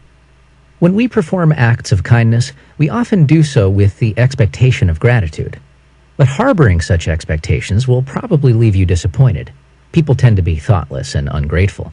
It's just human nature, and you can't change that. One person who knew this well was the Roman Emperor Marcus Aurelius, who wrote in his diary one day that he will meet people who are selfish, egotistical, and ungrateful. But I won't be surprised or disturbed, for I couldn't imagine a world without such people. Another person well aware of people's innate selfishness was the lawyer Samuel Leibowitz. Over the course of his career, Leibowitz saved 78 people from going to the electric chair. Guess how many thanked him? None. So stop expecting gratitude when you're kind to someone. Instead, take joy from the act yourself. This will make you happier and give you pleasure, even if the other does not appreciate the act.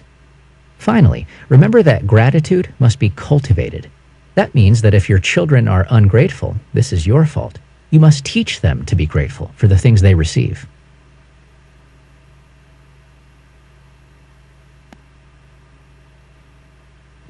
Blink number 9. Don't envy or imitate others. Be yourself. Congratulations, you are unique. There is no one else like you, nor will there ever be on this earth. Your genes are completely unique. Even if someone had the same parents as you, the likelihood of someone identical to you being born is 1 in 300 billion.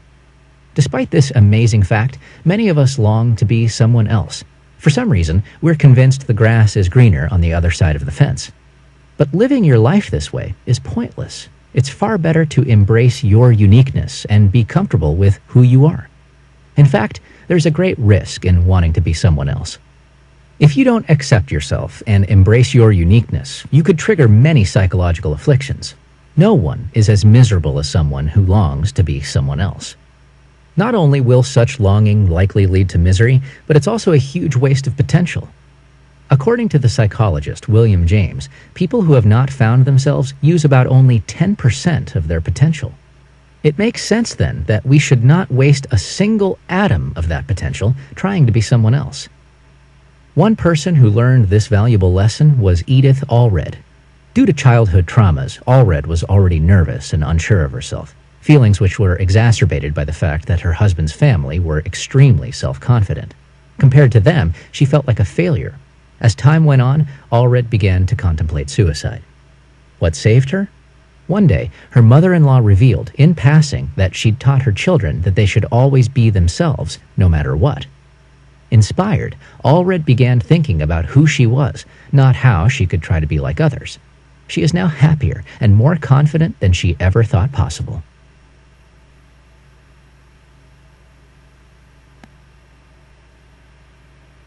Blink number 10. People criticize those they envy. Think of criticisms against you as disguised compliments. Have you ever wondered why politicians and celebrities seem to attract such vile public criticism? The reason is quite simple. People take vulgar satisfaction in tearing down those more accomplished than they are. Why? Belittling those we envy is a basic human tendency. We do it because it makes us feel more important by comparison. One extreme example of this tendency is a caustic letter the author received from an embittered and spiteful woman. The target of her vitriol? None other than William Booth, the founder of the Salvation Army, whom she denounced as a fraudster and embezzler. Evidently, she gained some pleasure from attempting to smear such a publicly acclaimed figure. Because people are so prone to criticizing those they admire and envy, you should take such criticisms not as an insult, but a compliment. As the saying goes, no one kicks a dead dog. In other words, if you are criticized, it often means you are accomplishing something noteworthy. In fact, if you continue along this line of reasoning, you can conclude that the more you are criticized, the more influential and important a person you likely are. So the next time you're criticized, don't let it get you down. Take it as a compliment.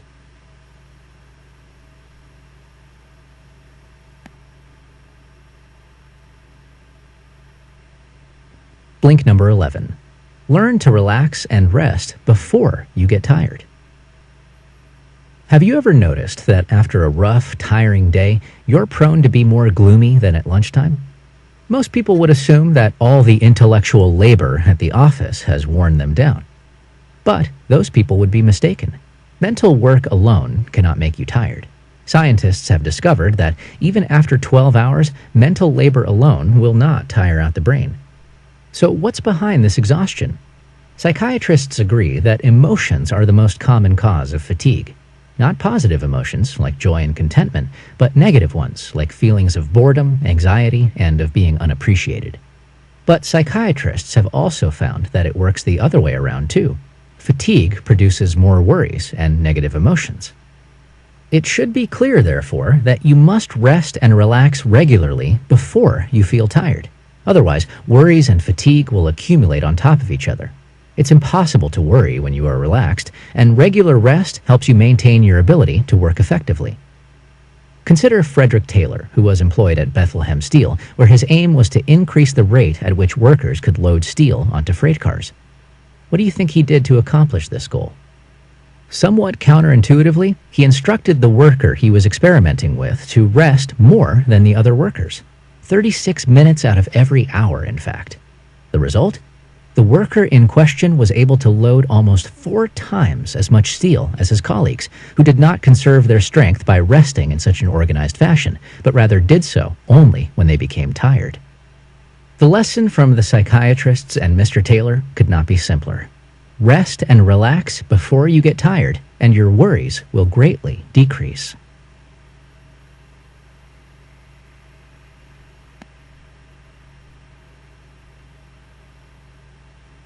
Blink number 12. Enjoy your work and negate stress by being organized. There are few greater sources of misery in life than having to work day in, day out in a job you despise. Being successful in your job depends on having a good time while you work. Thomas Edison, who labored 18-hour days transforming industrial America, famously said, "I never did a day's work in my life. It was all fun." It would make sense then that you shouldn't pick a job you hate or even just dislike doing. If, for instance, your parents are pushing you into the family business, which you're not interested in, you should certainly consider their advice carefully. Most likely they have a lot more experience than you do, but it's you, ultimately, who must decide what kind of work will make you happy. Phil Johnson's father owned a laundromat and had hopes that his son would work in the business and eventually take it over. But Phil was uninterested, choosing instead to work as a mechanic. While his father was shocked with the decision, Phil himself was happy as he got to work with machines, which fascinated him. This very interest would later propel him to the presidency of the Boeing Company. But say you already have a job, how can you make it more enjoyable and worry-free? One way is to stay organized. A desk full of unanswered mail and memos is sure to breed worries. Take, for example, the story of a Chicago business executive who was so nervous and worried he sought out a doctor's help. During the consultation, he noticed that whenever the doctor was interrupted by someone with a minor matter, like asking for advice about a trivial issue, the doctor, rather than postpone it, dealt with it immediately. Intrigued, the executive started to do the same, and within 6 weeks, he was fine.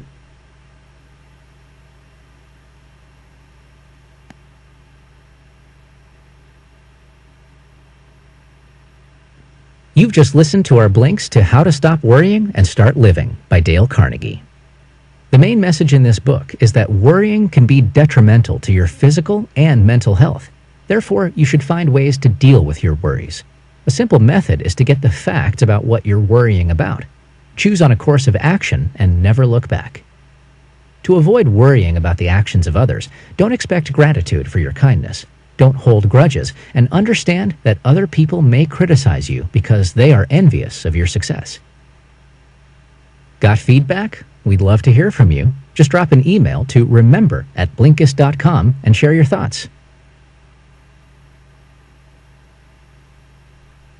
Blink number 10. Make your miracle morning a new habit by having an accountability partner and committing to a 30-day challenge. Like any healthy habit, the miracle morning works best when you commit to it and do it regularly. One effective way to make this happen is to seek out an accountability partner to help you stick to your commitment. We've all had those days when we intended to go to the gym but didn't because we just didn't feel like it.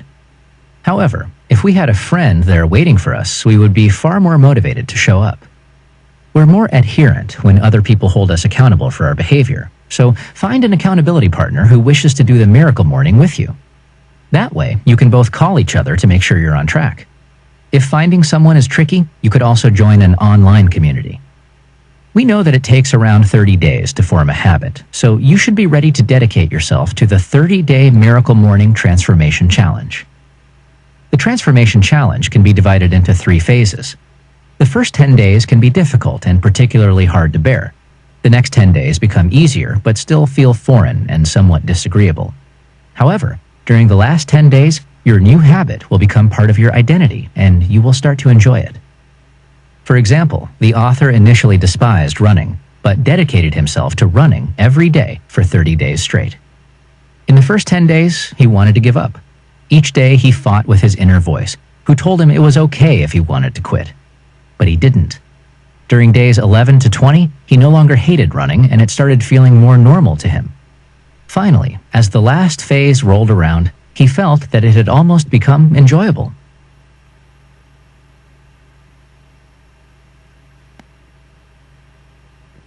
You've just listened to our blinks to The Miracle Morning by Hal Elrod. The key message in this book is that the answer to a successful, fulfilling life lies in our morning ritual. Elrod encourages us to use 6 steps every morning to start living the life of our dreams. Silence, affirmations, visualization, exercise, reading, and writing. Completing these simple activities first thing every morning sets the tone for an effective, successful day ahead, and, in turn, has a profoundly positive effect on our life in general. How can you apply the ideas of these blinks to your life? Get happy about tomorrow. Before you go to sleep, think about what you could look forward to in the next morning. Are you meeting with a dear friend? Are you simply looking forward to a delicious breakfast? Finding reasons to be excited about the next day will make it easier to get up in the mornings. Find a miracle morning partner.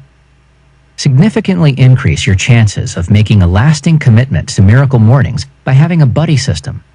You and a partner support one another and hold each other accountable to your new morning habits. One last thing. We'd sure love to hear what you think about our content. Just drop an email to remember@blinkist.com with Miracle Morning as the subject line and share your thoughts.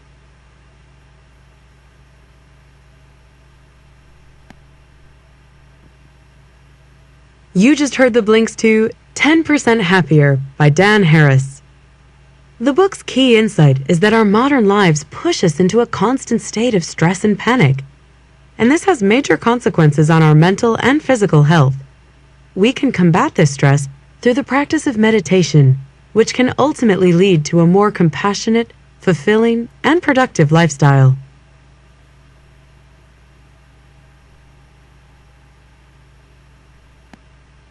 Anthony Robbins, Awaken the Giant Within. How to take immediate control of your mental, emotional, physical, and financial destiny. Do you want to change your life, but find it hard to commit to your decisions? As you go through life, do you tend to believe that the cards are somehow stacked against you? In Awaken the Giant Within, you'll learn just how important decisions and beliefs are to bringing about positive change and becoming the person you want to be. With characteristic insight and clarity, motivational speaker Anthony Robbins demonstrates the control that each of us holds over our experience of the world, and therefore over our happiness.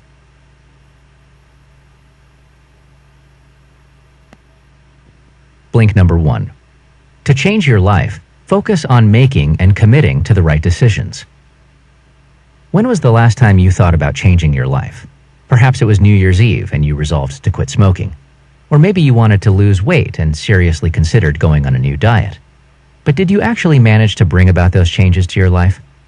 If you didn't, the problem was likely in how you framed your desire to change. I'd like to stop eating junk food instead of I will start eating more healthily. To change anything about your life, you first have to make a clear decision. Then, no matter what challenges you may face, you have to stick to that decision. This necessitates that you must be willing to adapt your approach as you meet obstacles. Take, for example, Soichiro Honda, founder of the Honda Corporation. As a schoolboy, he decided that he wanted to create effective piston rings for automobiles. History shows that he succeeded in that goal, yet on the path to success, he encountered many problems that could have stopped him in his tracks. For example, during World War II, the Japanese government wouldn't provide Honda with the concrete he needed to build the factories to manufacture his product. How did he overcome that obstacle? Honda's solution was to invent his own way of making concrete, thus enabling himself to begin building his empire. And while committing to major decisions may be challenging, the more you do it, the easier it becomes. So when you inevitably fail as you try to enact a change in your life, don't be discouraged. Instead, think about what you could learn from the failure. For example, smokers are rarely successful on their first attempts to quit, but if they use that failure as an opportunity to reflect on the obstacles to quitting, for example, the temptation to smoke is too strong around other smokers, and how they might overcome them in the future, stay away from places where smokers reside, they can accomplish their goal.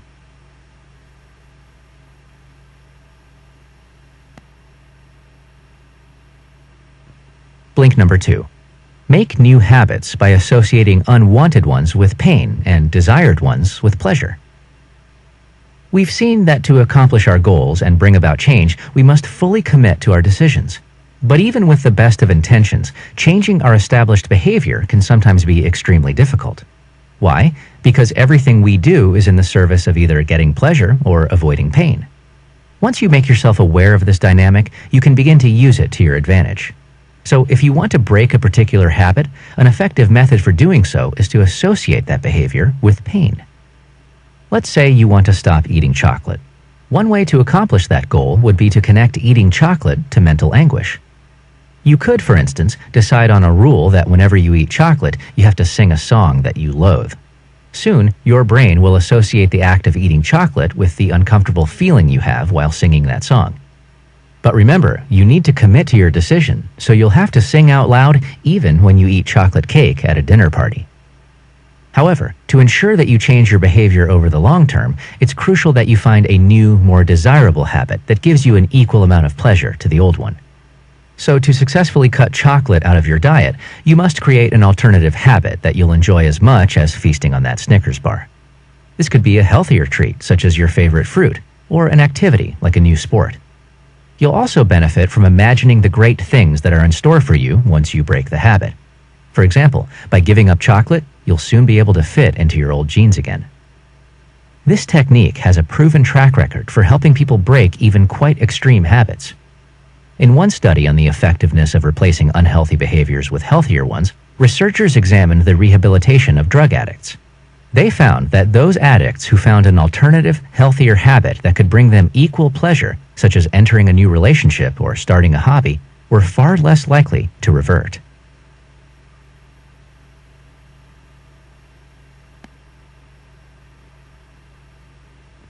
Blink number 3.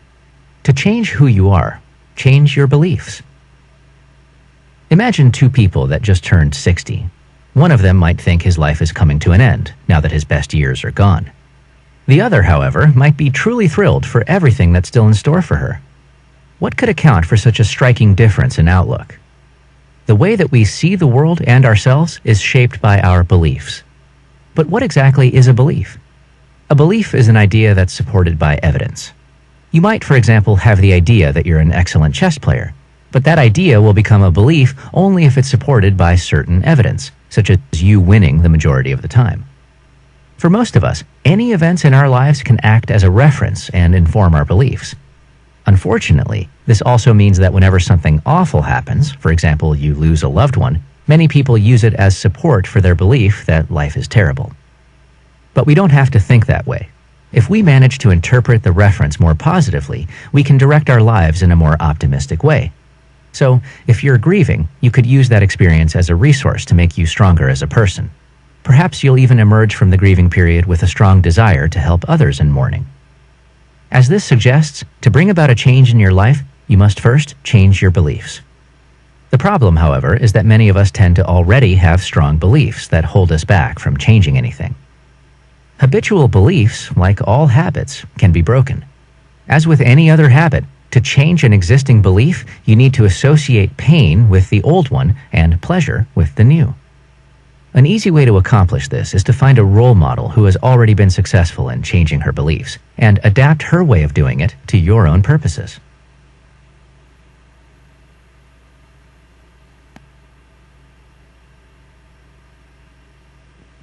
Blink number 4. Changing your vocabulary can transform your attitudes and emotions. Did you know that in the English language there are approximately 3,000 words that describe emotions? Surprisingly, however, there are nearly twice as many words for negative emotions as for positive ones, which could be a reason why many people tend to experience negative emotions more frequently. It's therefore crucial that you pay close attention to the words you use in your daily life, as they will shape your thinking and perception. To think differently about a situation, you need to describe it differently. Imagine you're on a road trip and your car breaks down in the middle of nowhere.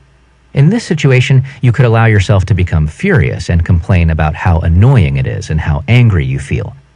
But you could also say something like, "That's inconvenient." Describing what we usually experience as a frustrating situation in more neutral words can stop you from entering a more negative emotional state. This example gets to the heart of what the author calls transformational vocabulary. The words we employ to describe our experience of the world actually define that experience. So how can you change your vocabulary in a way that helps you to manage your emotions? The secret is to use strong words for positive emotions and less intense words for negative ones. For example, instead of saying that you're happy, you could use the stronger description, totally blissed. Or if you're on the verge of experiencing intense negative emotions, you could describe your experience with words and phrases that are less intense, such as, "I'm a little concerned," instead of, "I'm extremely anxious." A final tip: try to use unusual words to express negative emotions. Doing this is likely to amuse you and will instantly lift your mood, even delighting those around you. For example, when you're extremely annoyed, you could say, "I must say, I feel quite peeved." This uncommon word has an old-fashioned, genteel quality to it that can instantly improve your mood.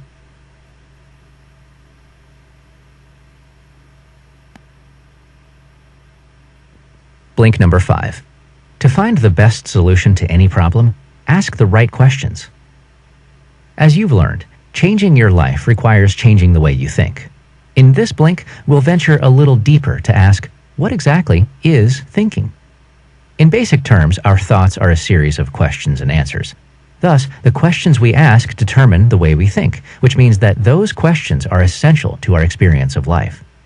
It follows, then, that the quality of our questions has a massive impact on the quality of our lives. Every time you ask a question, its quality will determine the focus of your thoughts. If you ask a negative question, you'll get a negative answer. Ask a positive question, and you'll get a positive answer. For example, if you repeatedly find yourself in an unpleasant situation, asking yourself, "Why does this always happen to me?" will instantly focus your thoughts on your life's failures. The result? Your mood will sink, and your experience of life will be framed by this negativity. Therefore, it's crucial that whenever you face a problem, ask yourself the right questions. This is easier said than done. We tend to feel overwhelmed in difficult situations, so we often ask the wrong questions, such as, "Why me?" and then get discouraged by the answers. The solution is to come up with a list of questions beforehand. Make it a habit to ask questions like, "What's good about this situation?" and "What can I do to enjoy the process of solving this problem?" Asking such questions while in the thick of an ordeal will lift your mood and enable you to arrive at an effective solution for it, or at least to cope better with the consequences. If you truly want to create a general positive attitude toward life, you could take this training even further and every morning ask yourself questions that empower you. For example, you could ask, "What's great about my life?" or "What accomplishments am I proud of?" By getting yourself in a great mood at the start of each day, you'll gradually find it easier to access that positive state during the day as well, resulting in a better, more successful life.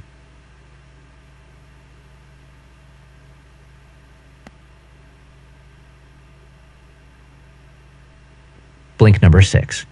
Discover your own life values to find out if you're living up to your full potential.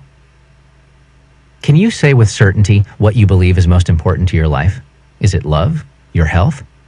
If you're not sure, you should endeavor to find out, as the most successful, happiest people are those who understand their own values and live their lives accordingly.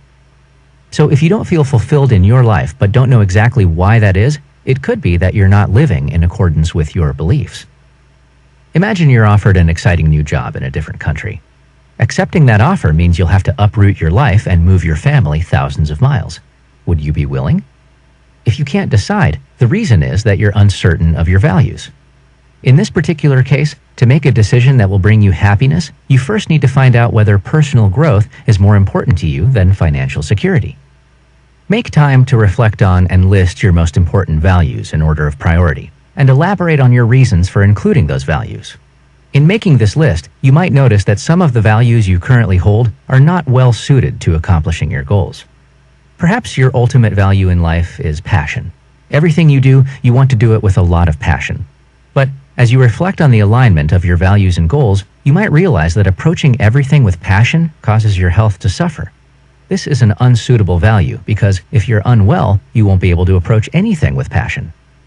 The solution here is to change your values. You could decide that from now on you should prioritize your health over your passion. By putting health first, you will be able to be passionate without the drawbacks.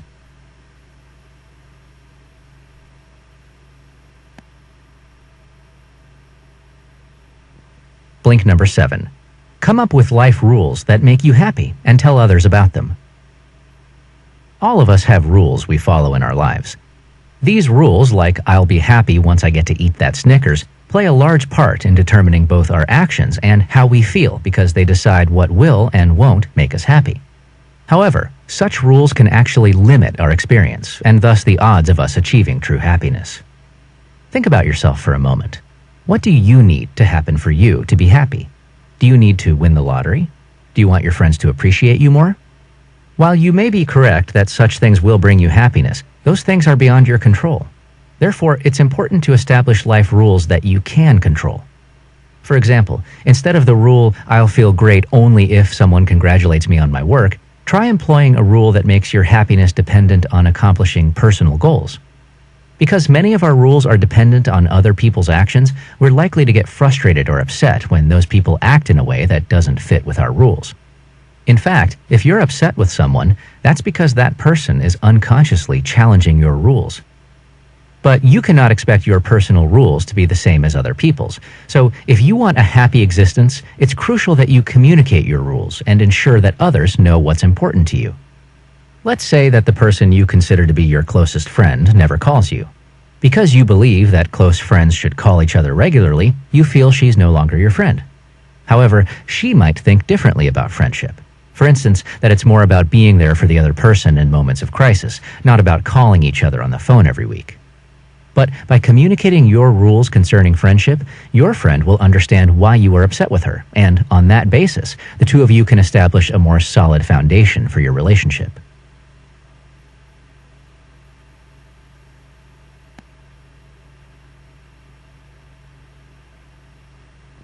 Blink number 8. By understanding what's behind your emotions, you can gain control over them. We've seen that by being less stringent about your own rules, you can decide what will make you happy. But it's not just happiness you can gain mastery over. You can, in fact, choose your entire range of emotions. But in order to gain that control, we need to first identify our true emotions. We tend to get easily overwhelmed by our negative emotions, usually because we generalize them or fail to identify them correctly. For instance, you might be feeling angry about something, but if you reflect on the true cause of your emotional pain, you might realize there's something else behind that anger, maybe even exhaustion. As soon as you've identified this cause, you can use transformational vocabulary, influencing your emotions by describing them differently, and express your exhaustion by saying, "I'm feeling a little droopy." This will diminish any negativity you feel and make the emotion easier to overcome. It's also important to ensure that you don't view your more difficult emotions in a negative way. All emotions can help you to enact positive change in your life, as they indicate that something's not quite right, prompting you to examine them to find the true cause of your difficulties. Only by identifying that cause can you begin to change. But understanding the cause of a particular emotion is just the first step. The next step is a bigger challenge. You have to take action to deal with the emotion and change whatever it is that's causing it. So if you successfully identified the cause of your unhappy emotion as loneliness, you can begin to search for the reasons that you're lonely. For instance, it may be that you haven't reached out to any of your friends lately. If that's the case, the solution is clear. Take action and call them. Sometimes, though, you'll feel that you simply cannot deal with a particular emotion. When that happens, try to recall a time when you dealt successfully with it. Doing this will give you confidence in your ability to handle difficult feelings, because if you've managed to deal with it once, you can certainly do it again.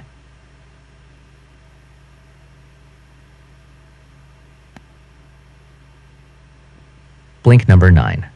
Contribute to society to discover what you can accomplish as an individual. In the previous blinks, we discussed how to take control of your life, achieve success, and find happiness. At this point, however, you may be thinking that no matter the change you can make in your individual life, you're never going to have the power to change anything in society. Fortunately, that's not the case. Even the smallest decisions you make in your own life can have a major social influence.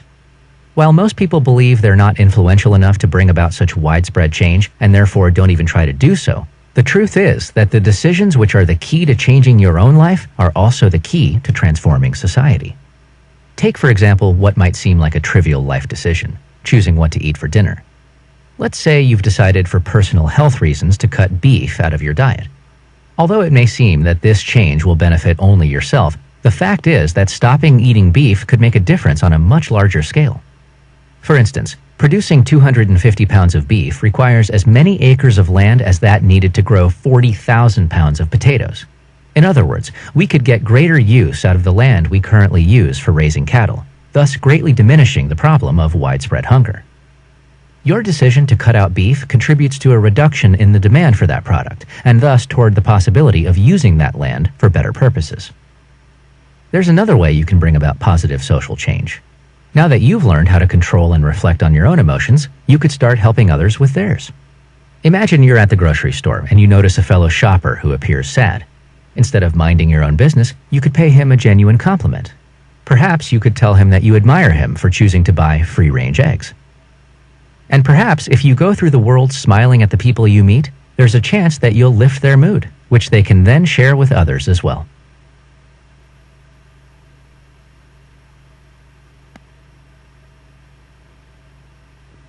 You've just listened to our blinks to Awaken the Giant Within by Anthony Robbins.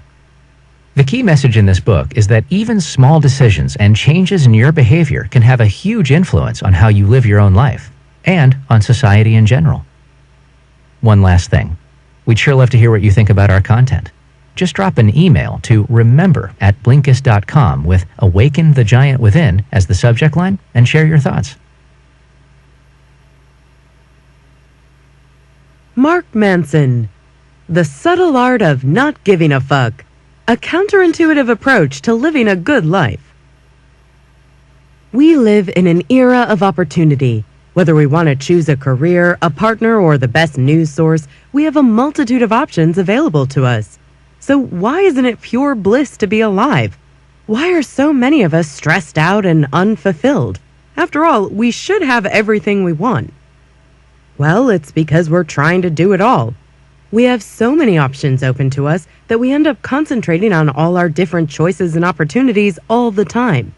In short, we're spreading ourselves too thin and burning ourselves out. So what can we do instead? As these blinks show, we need to find out what is important to us and concentrate on doing that.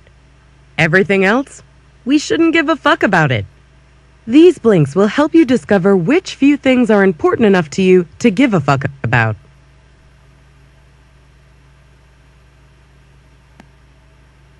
Blink number 1.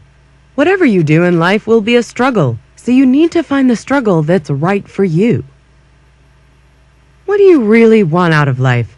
In other words, what's your ultimate goal, the achievement you want written on your headstone? It's not such an easy question to answer, is it? Sure, many of us will claim that we want happiness, a loving family, and a job we enjoy, but these are pretty vague ambitions. And vague ambitions are problematic because they won't push you to strive for success. Unfortunately, if you want to get anywhere in life, you'll have to struggle. Achieving your goals will require hard work and plenty of perseverance. It's guaranteed that there will be setbacks and hardships on the way. If you don't have a goal you're determined to achieve, you'll falter in the face of this adversity. Let's say becoming a CEO is your goal. After all, being a CEO certainly sounds cool.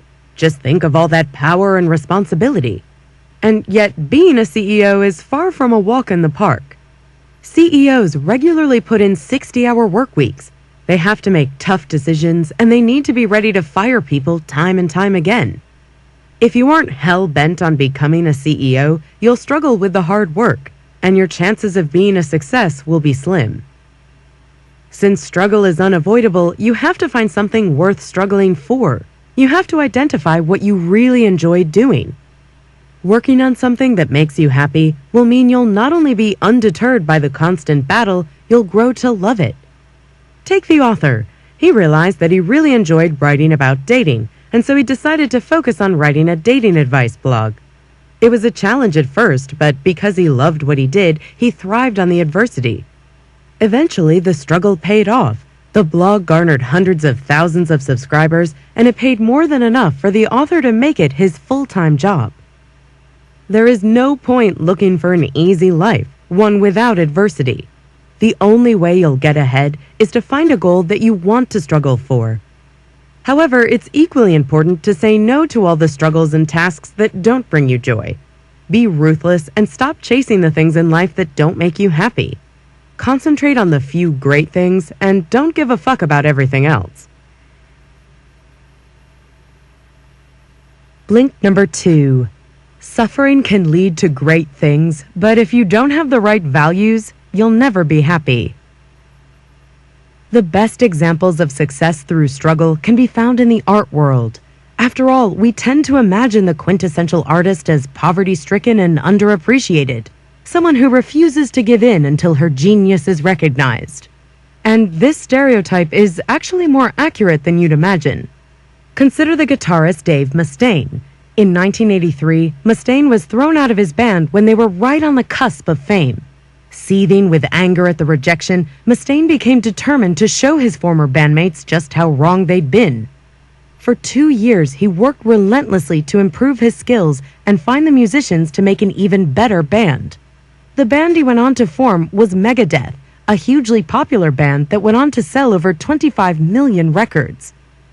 However, despite the success of Megadeth, Mustaine still wasn't happy. He continued to judge his success against the achievements of his former band. Unfortunately for him, this band was Metallica, one of the world's biggest music acts. Because he compared himself to Metallica, Mustaine considered himself a failure, in spite of his obvious successes. Mustaine's persistent unhappiness highlights a common danger: measuring one's success against the success of others. For Mustaine, the only way to feel successful was to be more successful than his former bandmates, which meant he was doomed to disappointment. It goes without saying that you need to find healthier values to judge your achievements by. Pete Best is a brilliant example of how the right values can lead to happiness.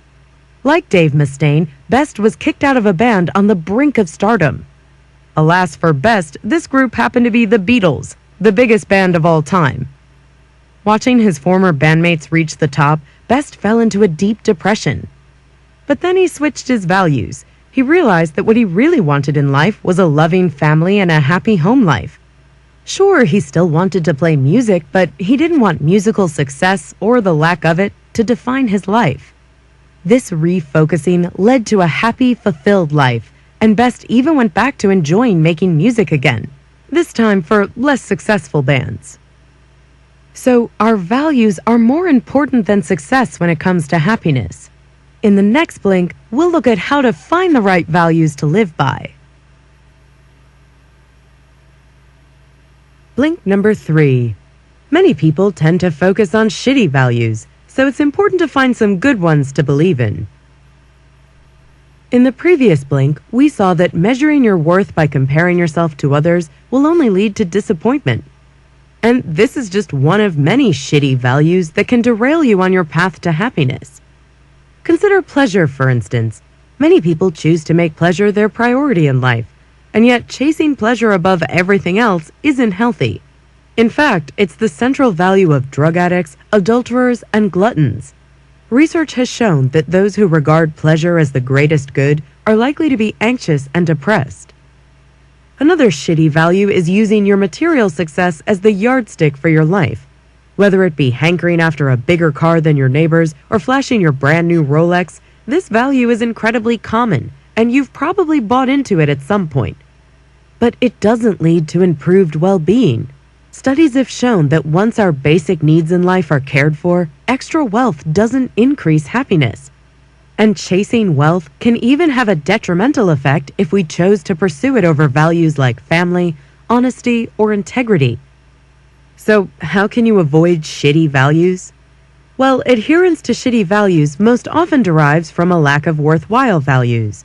So, if you want to be neither blindly hedonistic nor covetous of your neighbor's new Mercedes, you need to identify values worth living by.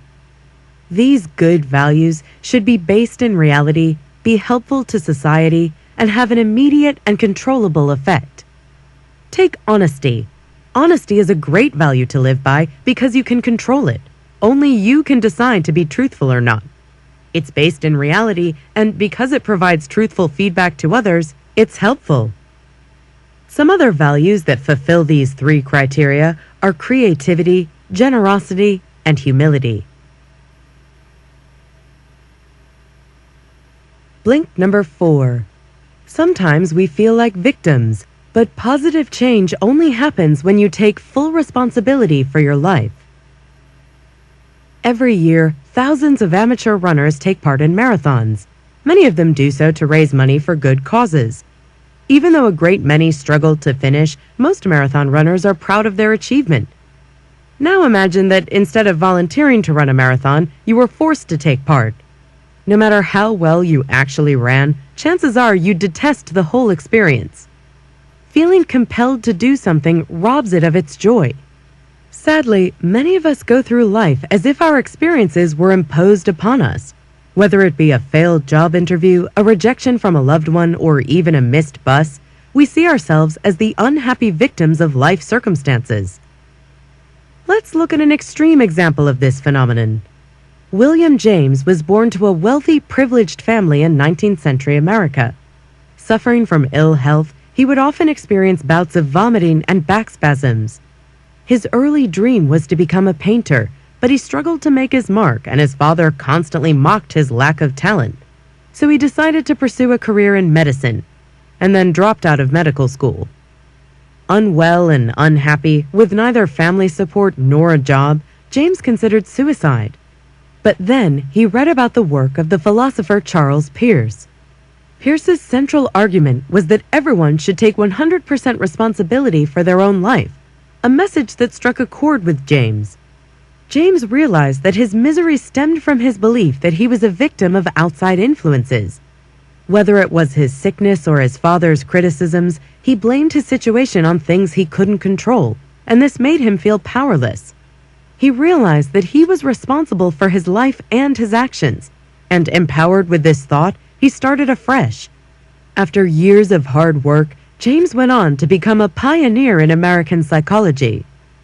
So if you ever feel like a victim, remember William James and try taking responsibility for your own life. Imagine you get dumped by your partner. It would be all too easy to blame your former beloved for being cruel and uncaring. But it'd be wiser to look at how you were responsible for the relationship's failure. Perhaps you neglected your fair share of housework, or maybe you didn't support your partner's ambitions. By realizing and working on your mistakes, you can avoid them in the future. Only then can you live a better, happier life. Blink number 5. We often flee when our identity is threatened, but Buddhism can help. Picture this. You're a senior manager at a large, illustrious company. You like your job and the compensation. You have a nice car, sharp clothes, and the respect of your colleagues. Most of all, you love being a senior manager. Being a senior manager is who you are. Now imagine that you have the chance to get right to the top. However, the opportunity isn't without substantial risks. If you fail to pull it off perfectly, you'll lose everything: the job, the car, the respect, and most importantly, your identity. Would you take the chance? The vast majority of people wouldn't risk it. This is a result of what the author calls Manson's law of avoidance, the tendency to flee anything that threatens our identity. Although avoiding major risks, such as that described above, may seem wise, our desperation to protect our identity is often more of a hindrance than a help. For example, many amateur artists and writers refuse to publicize or sell their work. They're terrified that should they show their art or writing, no one would like it. Trying and failing would destroy their identity, an identity that's been built around the possibility of becoming a great artist, so they never try at all. Luckily, there is a way to temper the negatives of Manson's law of avoidance, practicing Buddhism. Buddhism teaches that identity is an illusion. Whatever labels you give yourself, rich, poor, happy, sad, successful, a failure, are merely mental constructs. They simply aren't real, and so we shouldn't let them dictate our lives. You must, therefore, learn to let go of your identity. Liberating yourself from an identity can be a wonderful experience. For example, you may have always considered yourself to be a career-minded person, and this has meant that you've always put your job first and your family and hobbies second. Free yourself of this constraining self-image, and you'll be able to do whatever makes you happy, whether that be spending time with your kids or making model airplanes.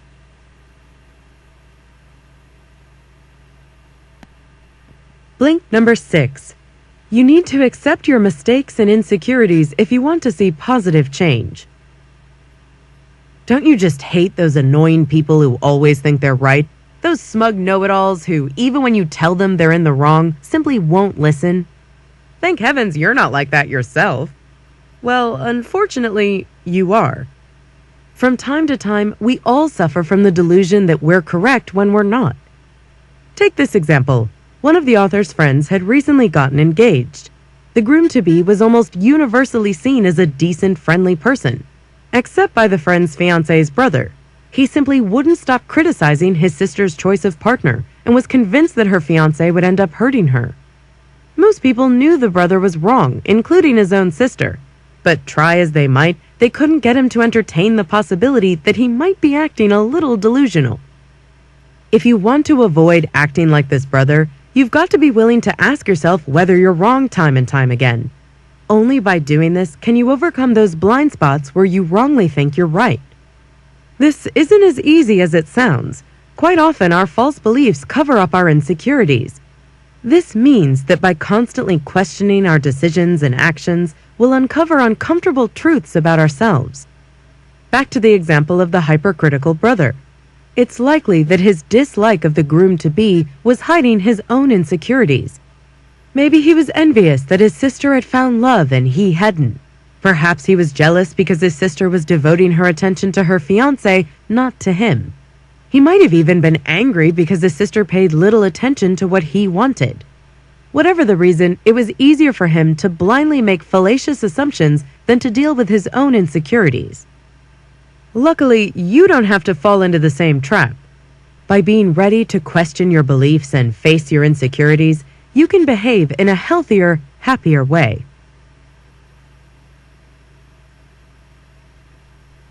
Blink number 7.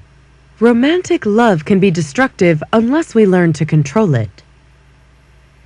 Romeo and Juliet is perhaps the most famous love story in the world, and yet it's hardly a happy one. It's a rather chaotic story involving murder, exile, and blood feuds, and it ends with both lovers committing suicide. The tragic tale of those star-crossed lovers highlights the destructive power of romantic love. Studies have shown that passionate romantic relationships have a stimulating effect on the brain similar to that of cocaine. That is, you experience an intense high and then you crash back down. Then you search again for the high, though not necessarily with the same person. A recipe for pain and anguish. Back in Shakespeare's time, the dangers of romantic love were well known. The bard may have even written Romeo and Juliet as a critique of romantic desire as a destructive passion. Right up to the 19th century, most relationships and marriages were based on the respective skill sets of both partners, rather than their passionate love for each other.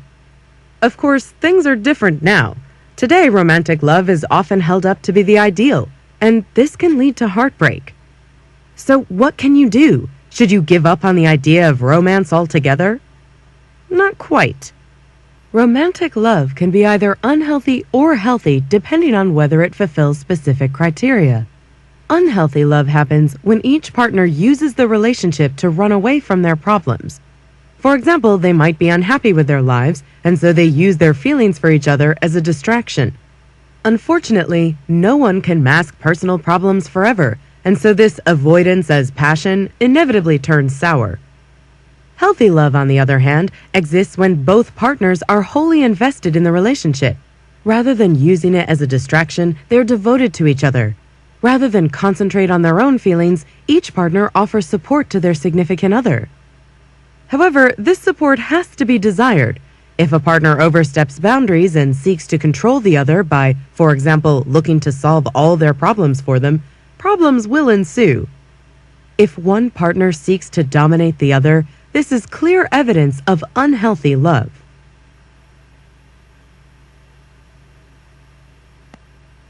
Blink number 8. Humans are terrified of death, and so they try to live on beyond it. You might not like to think about it, but you're going to die one day. This uncomfortable fact and how we deal with it has an awful lot to do with how we live our lives. To fully understand just how much control death has over our lives, we can look to the work of Ernest Becker. Becker was a doctor of anthropology and a bit of a maverick. Although his unconventional approach and early death limited his academic career, he did write an influential book about dying, The Denial of Death. In this book, Becker presented two main ideas. The first is that humans are terrified of dying. Unlike other animals, humans are capable of thinking about hypothetical situations. We can imagine what our lives might be like if we had chosen to study a different subject in college, or say decided to be a pharmacist rather than a teacher. This ability to hypothesize has a downside, however. We can imagine what life would be like after we've ceased to be. This brings us to Becker's second main idea, that since we know we're doomed to die, we try to create a conceptual self that will live on after our demise. In other words, we spend our mortal lives seeking out immortality projects, things that will endure as our legacy. It's this desire that encourages some people to chase fame, while others may seek to make a mark in religion, politics, or business.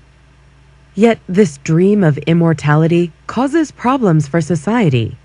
People's wish to fashion the world, or at least a part of it, as they see fit, has caused war, destruction, and misery. What's more, it's not healthy for us as individuals. The desperate urge to make a mark causes us stress and anxiety. Luckily, there is a straightforward solution. We have to stop striving for immortality. We need to stop giving a fuck about fame and power and instead concentrate on the here and now. Look for meaning in the present and seek to spread happiness and joy where you are. And not giving a fuck shouldn't just be limited to thoughts of death. As you've learned in these blinks, trying to be all things to everyone just leads to pain. If you want to pursue a happy life, focus on the things you enjoy, be it the joyful struggle or a healthy relationship. Everything else is a pointless distraction. Thanks for listening to our blinks to The Subtle Art of Not Giving a Fuck by Mark Manson. The book's main takeaway is that we try to do too much in life, and this leads to stress and unhappiness. Each of us needs to learn to stop giving a fuck about the things that are causing us pain. Choose what it is you really want to care about and develop a more constructive approach to work, love, and life itself. Here's some more actionable advice. Forget FOMO and learn to say no. If you want to focus only on the things that really matter to you, it's vitally important to say no to everything else. FOMO, the fear of missing out, keeps us stressed, but the truth is we'll miss out on things no matter what. You can't have the perfect career, lots of family time, and countless hours to spend surfing waves on a sunny beach. It's more important to miss out on the right things. So pick what's important to you and ignore the rest. Be totally ruthless with this. For example, follow the path set by CEO multimillionaire Mohammed El-Erian, who resigned from his lucrative job so that he could spend more time with his young daughter. Habits are a central aspect of our lives. We all live with habits to some extent. Some of them are good, some are bad, and some can get very bad, like donuts. With Mini Habits, the author doesn't just provide some great tips and tricks on how to get bad habits under control and create more of the good ones. He also offers some useful knowledge on the very concept of habits, how they emerge, how they change, and how they can help you achieve your goals. Blink number 1. Most of our lives are governed by our habits. Do you know that feeling of being on autopilot? When we're taking our morning showers or brushing our teeth, we hardly need to think about what we're doing at all. Why? Because we've turned these necessary daily activities into habits. That is, tasks we've done so often that we can do them automatically. In fact, a lot of our daily activities are governed by habit. According to a study from Duke University, 45% of our behaviors are habitual. We're especially prone to falling into habitual behaviors when we're stressed. This was demonstrated in another study at UCLA that uncovered our tendency to revert to habitual behavior when under pressure, tired, or overwhelmed. Unfortunately, this happens whether the habits are good or bad for us. Why does stress affect us in this way? Well, stress is often the result of being unable to make certain decisions. Habits, however, are something we don't have to make decisions about. They are pre-programmed into our daily life. When stressed and incapable of making a decision, we resort to our habits. If you often find yourself chatting online or eating donuts when stressed, chances are that they're habitual behaviors. Perhaps you wish they weren't. If so, there's good news. Bad habits can be changed. After all, habits are nothing more than neural pathways in the brain. They get thicker the more they're used and deteriorate when neglected. You create your own habits simply by repeating activities until they get easier and easier. So if you want to start getting up earlier in the morning, the first few weeks will be a struggle because those neural pathways are still weak. But soon enough, your brain will strengthen the connection between waking up and getting straight out of bed, while the habit of rolling over and going back to sleep becomes weaker and weaker. Before you know it, your neural pathways will be doing all the work for you, leaving you bright-eyed and ready to start the day. Listen on to learn more about how you can use the biology of habits to your advantage. Blink number 2. Our brains feature a powerful habit-forming system. Imagine having to make an informed decision about every single product you buy at the supermarket. Doing the groceries would take forever. That's where habits come into the equation. One section of our brain, the basal ganglia, is tasked with programming our repetitive behaviors so that we hardly think about them. Consider the programmed behavior of choosing an ice cream flavor. Even at a fancy gelato shop with so many tempting flavors, we often just choose something familiar, like vanilla. Why? Well, thanks to our basal ganglia, it's something we're used to, and thus something we automatically tend towards. The more we repeat a habit, the record of it in the basal ganglia becomes stronger and stronger. For instance, after consistently repeating the action of turning on your computer and logging into your Facebook account right away, your brain will eventually just go on autopilot. That's how we can end up on Facebook without even realizing it. The basal ganglia is often so strong that it overpowers the part of our brain responsible for conscious, reasonable decision-making, the prefrontal cortex.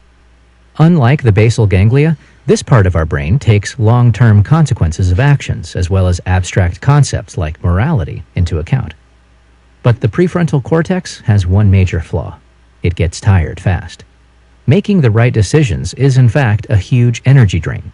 While we might find it easy enough to resist that tub of ice cream in the freezer for most hours of the day, chances are that your prefrontal cortex will give up once it's gotten tired. At this point, your basal ganglia will take over, and you'll suddenly find yourself holding a big bowl of cookies and cream again. Blink number 3. Willpower, not motivation, is the best tool for creating good habits. Motivation is, of course, a good thing. But we are usually most motivated to do the things we really like, such as taking a holiday. When we need to get the spring cleaning done, on the other hand, motivation is nowhere to be found. Motivation has pitfalls, especially because it fluctuates according to how we feel. On a morning when you feel wonderful, it's easy to do a set of 20 push-ups before breakfast, but it's not so easy when you've got a hangover. In addition, motivation actually decreases the more we do something because it gets boring. Imagine if you relied on motivation alone to brush your teeth every day. You'd end up with a mouthful of cavities. Basically, motivation isn't enough to help you build up positive habits. Luckily, there's another tool that is far better suited to help us create change in our lives. Instead of weakening with repetition, this tool can only get stronger. So, what is it? Willpower. Willpower's benefits are well known to psychologists. One professor even had his students exercise their willpower for 2 weeks in order to improve their usual posture while sitting in class. Not only did they sit up straighter in their lectures, they also showed greater levels of self-control in other areas of their lives. Every time you create a new positive habit, such as meditating each day, you flex your own willpower muscle. You can use this muscle for other activities too, such as cooking fresh food every day, staying in touch with your family, and anything else you'd like to achieve. Willpower, unlike motivation, is dependable. You can build it up, and once you do, you can rely on it. Blink number 4. Mini habits are the most efficient investment of your limited willpower. Sure, you can try to make it a habit to do 100 push-ups every morning, but it's pretty likely that your willpower will buckle after you hit 20, and it won't be long before you open the cookie jar again. Willpower is fantastic, but it doesn't seem that way when we're first exercising it. So how can we strengthen our willpower when starting from scratch? The solution here is mini habits. You can avoid the loss of willpower with minor, almost ridiculously tiny goals. After all, the main threats to our willpower are effort, perceived difficulty, and fatigue. Why not choose a target that only takes a little effort? Picking an easy goal eliminates any perceptions of difficulty and is hardly daunting enough to make you feel fatigued. In other words, it's a comprehensive cure for weak willpower. Mini habits also get you moving, and once you are in motion, you'll need less willpower to continue.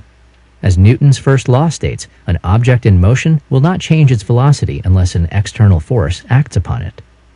In other words, the greatest hurdle we usually face is the first one, going from inertia to mobility. With a mini habit that helps you start small, you can be sure to start smoothly. In fact, you might even find out that you can achieve more than you set out to do. For instance, you might decide to do 5 push-ups, even though you only set a goal of doing 1. Sure, it doesn't look like much on paper, but you'll be surprised at how pleased you'll feel with yourself. Blink number 5. Mini habits have a whole host of additional benefits. Remember that person you always wanted to date but never had the courage to ask out? Try taking a step in their direction, and then another. Repeat this a few times. Soon enough, you'll find yourself facing the object of your affection, who will probably ask you why it took you so long to walk across the dance floor. See, you're already talking. By doing things that you were never brave enough to do before, you can see how mini habits boost your self-esteem. The ability to believe in ourselves unfortunately gets gradually weakened through years of unreasonably high expectations from our parents, teachers, and eventually ourselves. Thankfully, mini habits provide you with the unique opportunity to experience success rather than failure several times a day. When you set goals that you can easily fulfill, you'll feel great, no matter how minor your achievements were. Compare this to facing the fact that you still haven't achieved your one big goal every day. It's easy to see which approach will keep you feeling positive. Don't aim to become a famous pop star tomorrow. Instead, just practice the piano for 5 minutes each day. Mini habits are also great at making you feel like you're in control. Humans hate the feeling of being out of control, or worse, being controlled by others. We like to make our own decisions, which is what makes us happiest. A survey in Denmark demonstrated this, revealing that up to 90% of all employees are much happier when they have control over their own work and can make executive decisions. A huge goal, such as devoting yourself entirely to the poor and those in need, can suck up your time and energy until you come to resent the goal itself. In contrast, a mini habit, like giving a coin to every person who asks you for a donation, is simple, yet creates a positive personal interaction and leaves you free to live your life, all while starting you on the path to being a more generous person. Blink number 6. Plan and develop your mini habits carefully. Now that we've discovered the benefits of mini habits, it's time for you to create your own action plan. So, where should you start? First, choose your habits wisely. You can start with a list of habits that you'd like to have at some point in your life. You might want to practice a new language, read more, improve your math skills, or become fitter.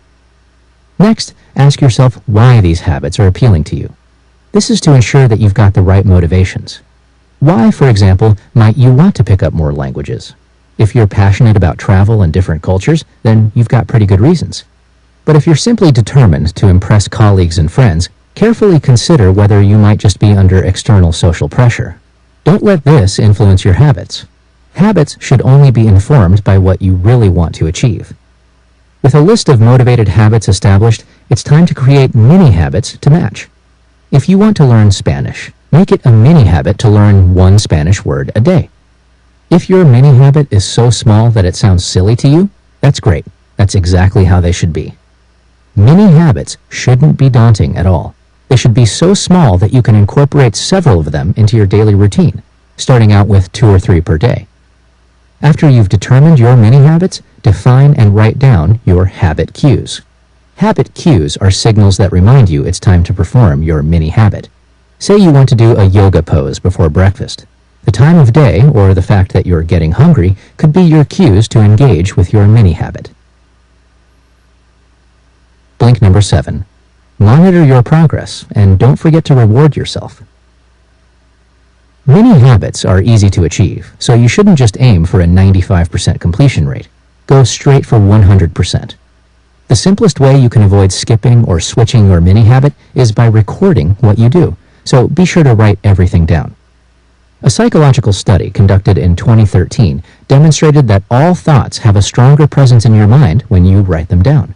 New apps such as Lift or Habit Streak Plan are perfect for helping you document your habits. Or you can go for the old school approach and use a big calendar to monitor your progress. Whichever method you choose, it should be something you look at every day. This way, you can keep reminding yourself to complete your habits, maintain your progress, and even build up more positive habits along the way. Soon enough, you'll be powering ahead. You might even find that you achieve far more with your habit than you originally planned. Say you go well beyond your target of writing 50 words and write 500. These bursts of energy are great, but don't let them confuse you. Suddenly switching your habit to writing 500 words won't do you any good, and you'll find it hard to maintain, even if it seems so easy the first time. If you manage to exceed your goals, pat yourself on the back, but remember to see that as a bonus and not a signal to push yourself harder. But what if writing just 50 words feels boring? Well, that's good. That signals that your mini habit is a bona fide habit. It's something you do automatically, without any resistance to complete it. This is something to celebrate, so reward yourself. Remember, it's not just the goal that your habits lead to that's important. Developing a daily routine that is full of helpful rituals is something you can be proud of, too.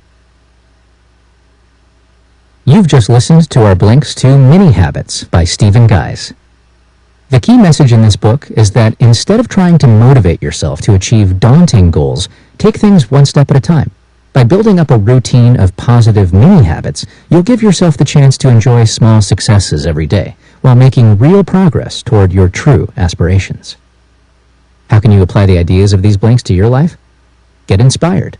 Want to create your own mini habits but feeling stuck for ideas? Why not check out minihabits.com for some inspiration? Once you've selected 2 or 3 habits, don't let yourself forget about them. Stick a reminder on the fridge or above your bed. Then, perform those habits for a week and watch as you become more energized.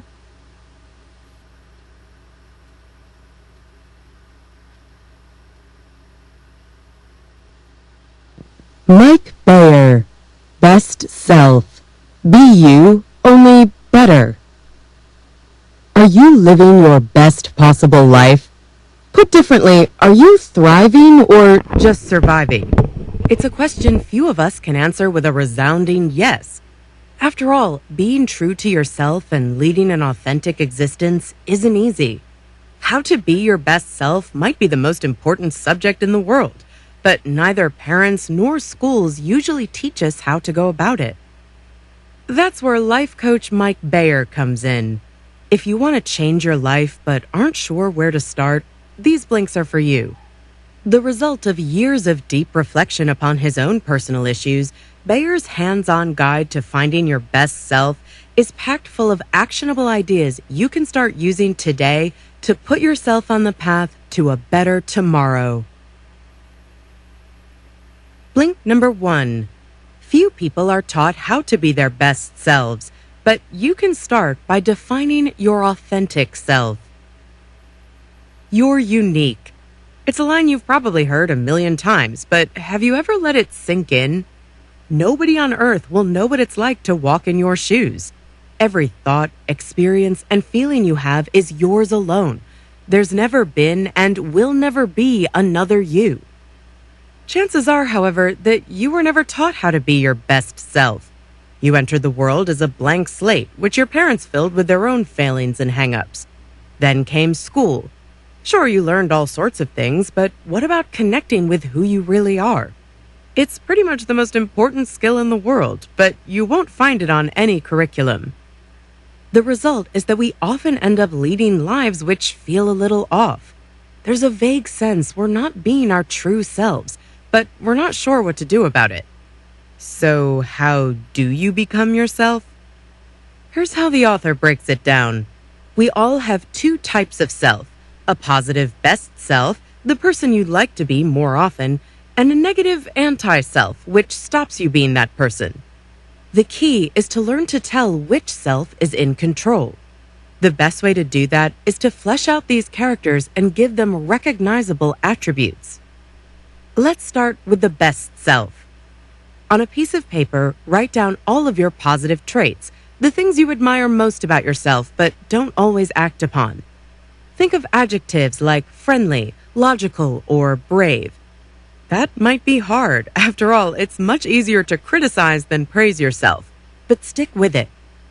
Next, put a face to that bundle of attributes. Does your best self have a specific gender? Is it an animal or mythical creature? What's its superpower? The author's, for example, is a wise wizard called Merlin, while one of his clients has an upbeat squirrel called Ralph. Once you've settled on your best self's appearance and character, you'll want to sketch it. Don't worry, this doesn't have to be a masterpiece. The important thing is to have a representation to hang somewhere in your home to remind yourself of who you want to be. Next, we'll take a closer look at your best self's nemesis, the anti-self. Blink number 2. Identifying your anti-self will help you get your negative traits under control. Have you ever seen someone absolutely lose it while driving? Road rage causes a remarkable Jekyll and Hyde transformation.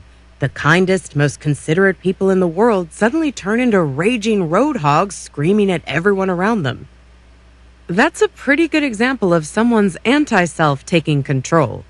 It's the part of your personality that responds to situations in the worst possible way, especially when triggers remind you of old wounds and fears. Take the author's friend Suzanne. She named her anti-self Road Rage Regina. What provoked Regina most were traffic jams on her daily commute. The reason? When she was in high school, Suzanne missed a lot of classes due to illness and spent months desperately struggling to catch up. Being out of control and worrying about being late for work triggered that old anxiety. The good news is that getting a clear idea of your anti-self gives you a much better chance of predicting when it's likely to rear its ugly head. Think back to the last time you acted in a way that later made you think, wow, I really lost it back there. Maybe you had an argument with a sibling, say, and hung up the phone. What you need to do is write down everything you don't like about your behavior when your anti-self is in charge. Use negative adjectives like careless, irrational, or angry to fill your list. Push past any sense of shame. Things look a lot scarier when they're lurking in the shadows, so think of this as taking a flashlight to the problem. Now, repeat what you did with your best self. Put a name and a face to it. Remember, this is an exaggerated version of yourself, so don't be afraid to make this character cartoonish. In fact, the more ridiculous your portrait, the easier it'll be to remember the behavior you want to avoid in the future. Think of 5 recent situations when your anti-self was in control. Write down how it behaved and then compare it to what your best self would have done. Keeping that in mind will help you step back and make better decisions when you're triggered rather than simply losing it. You might find this tough at first, but with practice, it can become second nature. Blink number 3. Fear is the enemy of your best self, but it can be conquered with honesty. Becoming your best self is a journey. That means you'll face obstacles along the way. If you want to reach your destination, you'll need to avoid potholes and other hazards. And the biggest obstacle you'll encounter is fear. The best way to overcome it? face up to it and be honest with yourself. Remember, fear is a habitual liar. It whispers in your ear that you're not good enough or that other people are judging you. Eventually, you end up with an entirely distorted view of the world and waste precious time and brain power mulling over what-ifs. That means you'll become so consumed by worries about hypotheticals that you won't get anything positive done. But here's the good news. There are a couple of simple strategies to put your fears into perspective. The first step is to identify them. Grab a pen and write out this question. What are the fears that have held me back from making changes to my life? Take a close look at your answers. Is there an overarching theme? Are you terrified of failure, for example, or what people think about you? Now you're ready for the next step, putting your fears to the test. Like any other muscle, the brain can be trained. Negative thinking, however, usually means that you're focusing on fear rather than solutions. What you need is an action plan to beat fear, and here's how. Jot down these 3 headings. My fear is, it's keeping me from, and my plan to stop my fear becoming reality is. So, say you'd love to quit your job and set up your own business, but the prospect of financial ruin is holding you back. One solution would be to put enough money away to tide you over for 6 months, and only quitting your job once you've saved that amount. Another great tool is visualization.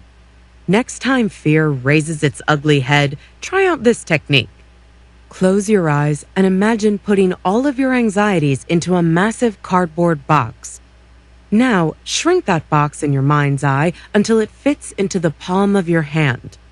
Finally, picture yourself hurling that negative package into a deep, dark canyon and savor the feeling of relief that washes over you as you watch it drop out of sight. Blink number 4. Socializing is great for your well-being, and it's something you can learn. So far, we've explored the internal part of your journey toward your best self. But what about your relationships with others? After all, as the English poet John Donne once wrote, no man is an island. In this blink, we'll take a closer look at your social life, starting with why socializing is so important in the first place. All evidence points to the idea that socializing is great for your body and soul. Take a study carried out at the University of Michigan in 2008. It found that social interaction is basically like taking your brain to the gym. In other words, it's one of the best ways of keeping your cognitive capacities in top shape. Then there's the 2008 Gallup Healthways survey of 140,000 Americans, which showed that people were happiest on days when they'd spent between 6 and 7 hours socializing. That goes to show how important it is to build time for friends and family into your schedule. But you shouldn't just be hanging out with people you already know. According to the author, there's nothing more stimulating than getting out there and making friends. After all, that's when you're most likely to pick up new ideas. Inspiration isn't likely to strike when sitting alone on your couch. So there's the evidence, but here's the rub. Few of us are natural-born social butterflies, and lots of us find socializing, particularly with people we don't know, pretty awkward. Luckily, there are a couple of tricks you can start using today to help you socialize next time you find yourself at a gathering. One of the most common problems people face is struggling to find something to say. That's easy to remedy. You just need to prepare yourself by thinking over some of the things you've recently learned or experienced. That takes the pressure off to come up with something on the spot and gives you a nice conversation opener. Paying attention to small details also makes a huge difference.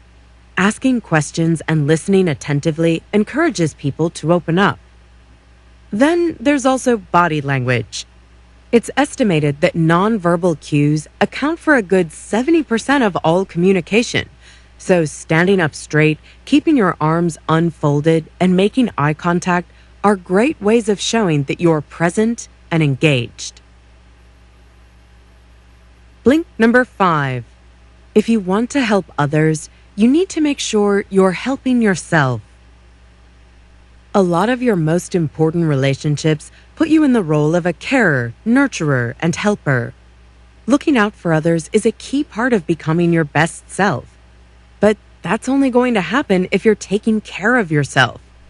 Fail to do that and you just won't have the physical or emotional energy to be useful to anyone. Self-care, in other words, isn't selfish. It's what allows you to give to others. That means it's vital to learn how to manage the stress and hustle-bustle of everyday life. Let's take a look at some tools you can use to keep yourself healthy and well-balanced. One technique the author swears by is mindful breathing. One of the first things that happens when you're feeling overwhelmed is that your breathing becomes more rapid. Stepping back and taking 3 or 4 deep breaths is a great way to calm your stressed out mind and put things back into perspective. Another great stress buster is exercise. Aim to spend at least 20 to 30 minutes each day working out. That can mean a brisk walk around the block, a bike ride, or a session in the gym. The key is to take your mind off things and get your blood pumping. Next on the list, sleep. A good night's rest is essential for your cognitive performance, so make sure you're getting at least 6 hours of shut-eye every night. Keep your bedtime regular and avoid eating just before sleep. You also need passions to make your life meaningful and joyous. Whether it's painting or baking, hobbies allow you to express your love of the world. But it's easier said than done when you've got a job, chores, and kids, right? Well, sure, finding time is tricky, but it can be done. Just ask the author's high-flying clients who regularly grind out long days in the office but still find time to pursue their interests. The best way of finding out where to fit your hobby in your everyday life is to ask yourself what it is that stops you from, for example, learning Italian or taking a walk in the park. Could you cut down on TV time or use your commute to listen to an audio course? Blink number 6. Dispelling commonplace myths will help you enjoy better, more intimate relationships. How many times have you heard someone explain away their rocky relationships by saying, "It's complicated"? It's a common enough phrase, but it's downright misleading. The truth is that many of the issues you'll face in your relationships come down to a pretty simple issue: unrealistic expectations. It's not surprising that so many of us have such misguided views. We're constantly bombarded by idealized depictions of love in movies, commercials, and music. Just think of the standard summer blockbuster. There'll usually be plenty of romance and passion, but very little of the bad moods, midlife crises, and rough patches which are part and parcel of long-term relationships. So let's dispel a couple of myths that get in the way of you living your best life within your relationship, starting with the idea that a great relationship requires great romance. To put it bluntly, that's a recipe for disappointment. Constantly being swept off your feet just isn't sustainable in the long run. Remember, there's a difference between falling in love and being in love. Over time, the excitement that defined the first moments of your relationship gives way to something more realistic. That doesn't mean that something's wrong. It just means you've entered a new stage in your relationship, which is all about a deeper sense of connection. Myth number 2 holds that great relationships are always harmonious. But in fact, arguing is a perfectly normal part of life as a couple. Even the healthiest partners fight, and it can actually strengthen their bond. After all, sometimes you need to release built-up tension. The key is to learn to argue the right way. Remember your anti-self? When arguing, you'll want to make sure your best self is firmly in the driving seat. When tensions rise, take a deep breath and ask yourself what your best self would do rather than letting the anti-self take charge. Here are a couple of tips to help you keep things measured.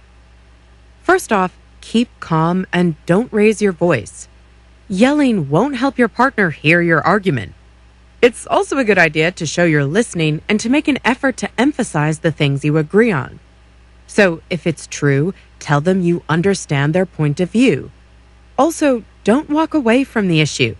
Even if you can't resolve it right away, make sure to end the conflict by finding a workable compromise. Thanks for listening to our Blinks to Best Self by Mike Bayer.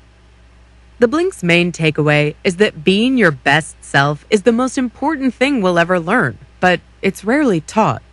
Neither schools nor parents really ever show us how to really be ourselves. Later on in life, we often find ourselves adrift, getting by and surviving, but rarely really thriving. But it doesn't have to be that way.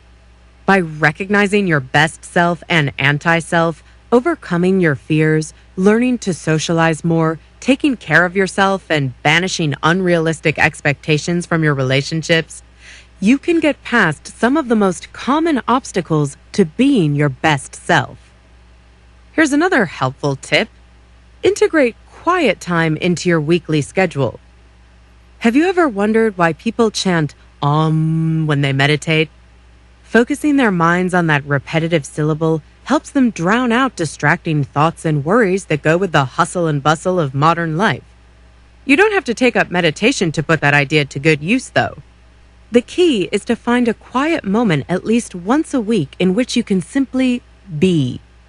Your quiet time doesn't have to literally be quiet. In fact, some people find that listening to their favorite music with the volume turned up helps them to center themselves. If that doesn't work for you, how about simply spending quality time gazing at your favorite painting or breathing mindfully?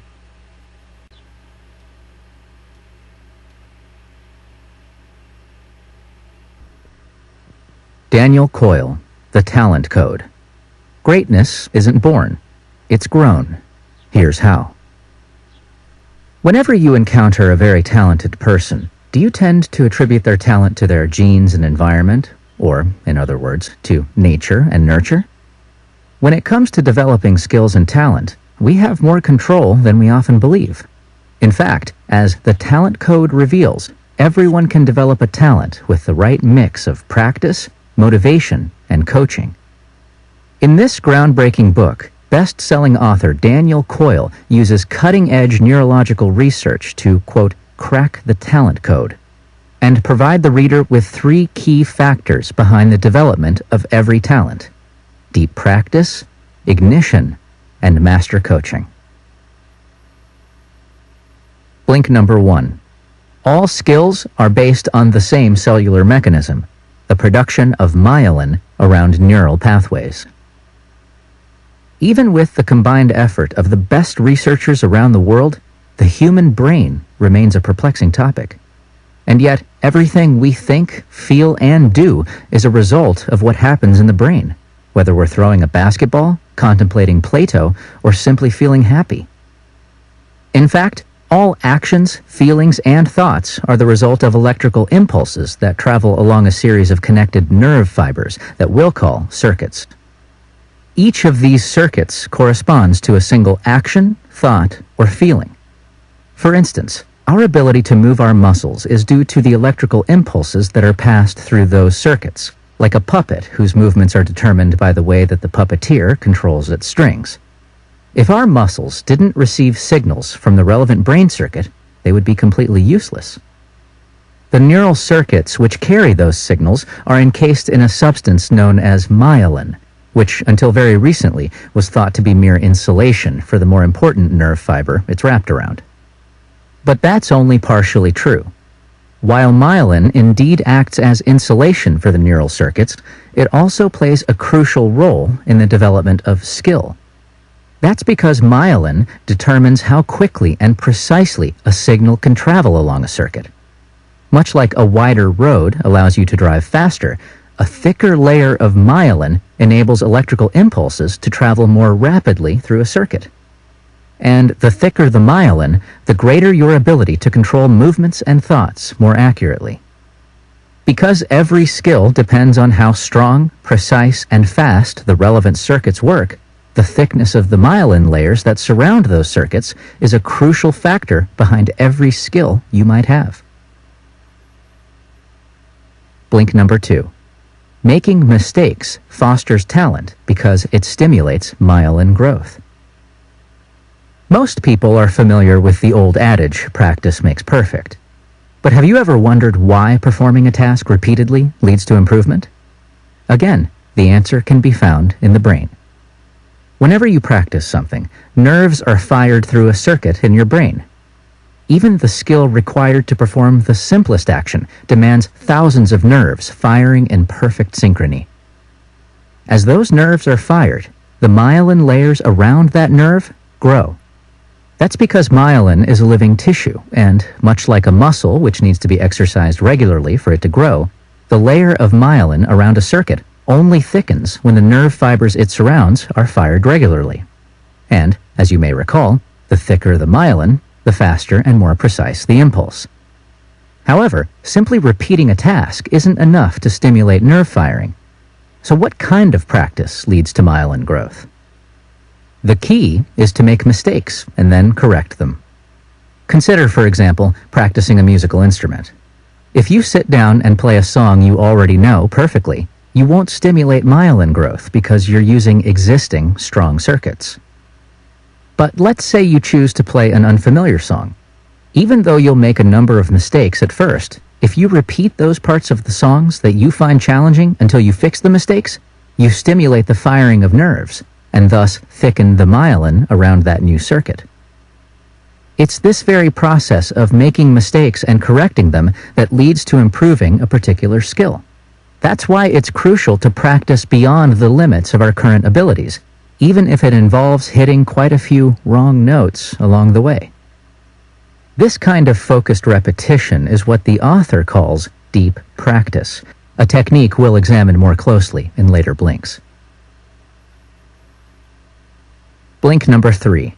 Skill is not exclusively dependent on genes and environment. When you see the work of a master like Michelangelo, do you attribute his talent both to his genes, that he was born a genius, and the environment in which he was raised, that his artistic potential was nurtured? We normally believe that our skills are determined by both nature and nurture. But given what we now know about growing myelin through deep practice, there are good reasons to doubt this popular belief. For one, we often find large clusters of great talent in a certain period or location. Take, for example, the huge number of great artists who lived and worked in Renaissance Florence in the 15th century. How can the nature-nurture hypothesis explain this phenomenon? If we hold the belief that genes, nature, determine talent, then it seems very unlikely that so many hugely talented people would accumulate in that one location over a time span of just 2 generations.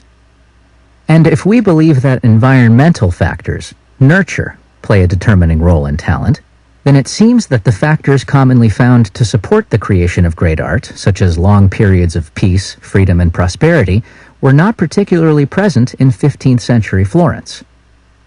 So, if such a concentration of talent can't be explained by the nature and nurture argument, what is behind it? Our knowledge of myelin and its role in developing skill provides one answer: deep practice. In Renaissance Florence, boys were taken as apprentices in craft guilds, where, over many years, they learned their craft under the supervision of a master. Once we take into consideration the fact that Michelangelo began his apprenticeship at age 6, stone cutting, then sketching, then preparing frescoes, it becomes clear that his later masterpieces were not the result of innate genius, but rather deep practice, which had thickened the myelin layers over decades. As this makes clear, we have a fairly large influence over which skills we become adept at, since we can control and strengthen our skills by deep practice. In the next blinks, we'll find out what the components of the talent code are. Blink number 4. Analyzing talent hotbeds worldwide reveals talent to be a mixture of deep practice, ignition, and master coaching. During the author's visits to the talent hotbeds of the world, he identified a 3-fold combination for growing talent: deep practice, ignition, and master coaching. The first part, deep practice, refers to the kind of intense practice that most effectively promotes myelin growth. One illustrative example was found in Brazil, a game called futsal, which is played throughout the childhoods of all Brazilian soccer players. Futsal is soccer with a crucial difference. The ball is half the size of a regular soccer ball, but twice as heavy, and the field is smaller. Because of this, playing futsal is like deep practice for playing regular soccer. The game demands a higher precision for every movement, and the players repeat and correct their moves throughout their childhoods. And so, when they finally play with a regular ball on a regular field, the players are able to perform the kind of virtuoso display they're commonly admired for. The second part is ignition, and it refers to an event that motivates deep practice, like when 19-year-old Andrew Jones from Curaçao hit 2 home runs at his first 2 at-bats in the 1996 World Series, becoming the youngest person ever to hit a homer in the World Series. This was a legendary event for the people of Curaçao, one that served as ignition to motivate many young children to pursue baseball and believe that they could succeed. Indeed, this event is a central reason for the outstanding success of their Little League baseball team. The third part is having a master coach, or a coach who knows how to foster both deep practice and ignite motivation in each individual protege. Retired football coach Tom Martinez is a good example. Martinez is known as a master at getting the best out of quarterbacks, and because he has a talent for recognizing and nurturing talent, one club asked him to help them decide which players they should recruit, as Martinez could evaluate the potential and the needs of the players they were considering. Blink number 5. Deep practice consists of chunking up the task, or repeating it and looking for difficulties. When we watch a talented person perform, whether a musician, athlete, or chess player, we're often in awe of how fluid and elegant their performance is and how easy they make it look. Yet behind every apparently effortless performance is a lot of deep practice, which is characterized by the following 3 factors. First, to practice a particular task or action efficiently, it needs to be chunked up. This means looking at the task as a whole, then breaking it down into very small units. By intensively examining and learning these tiny units, you gain a deeper understanding of each crucial component of your skill. Doing this usually involves slowing down the pace of the action. By repeating a movement slowly, you enable yourself to both perform it with more precision and identify mistakes that need to be fixed. In fact, the author visited a New York music school, a talent hotbed, and noticed that sheet music was chopped up horizontally so that a piece of music would first be practiced in a random order. So when the musicians finally played the piece of music in its intended order, they had gained a deep understanding of each element of the piece. Second, deep practice requires time, since increasing a particular skill demands a lot of repetition. The more we repeat a task, the more precise and quick the action will become, because the myelin layer surrounding the relevant circuit thickens. Third, engaging in deep practice means making things a little difficult for yourself while practicing, because repeating something you already know inside out doesn't improve your skill. Instead, you must always practice just beyond the limits of your ability. Indeed, one study showed that the speed at which babies improve their ability to walk depends on how frequently they fail and try again. The more often they do this, the earlier they begin to walk properly. Even though failing at something difficult can be uncomfortable for us, it's actually the only way for us to improve. Blink number 6. We need an external cue, ignition, to motivate us to develop a skill over the long term. While we might believe that a person's talent must have stemmed from their innate interest in their skill early on in life, usually their initial motivation to acquire that skill was triggered by some external force. As we've seen, to become skilled at something, we need to engage in deep practice. Because this practice is very difficult, it requires us to be extremely motivated to improve. One such motivator is ignition, an external cue that triggers our desire to become skilled at something and convinces us that it's possible to achieve if we work hard for it. Consider, for example, the South Korean golfer Se Ri Pak, who won a major tournament in 1998. Until that point, there had never been any successful golfers from that part of the world. But since then, the number of successful South Korean golfers has increased rapidly. The golfers' success was an ignition for many other golfers from South Korea. It demonstrated that it was possible for them to attain a similar success. But ignition must also fuel long-term motivation, as skill only improves through a long-term effort. That's because myelin requires time to grow, and deep practice demands a sustained effort over a long period of time. One example of this can be seen in the U.S., where one very successful charter school uses the goal every student will get into college as ignition. To remind students of the ignition and thus sustain their motivation, the school repeats the keyword college frequently and takes the students on trips to various colleges. The results of ignition here are undeniable. In 2007, the school ranked in the top 3% of California's public schools in terms of the students' academic results.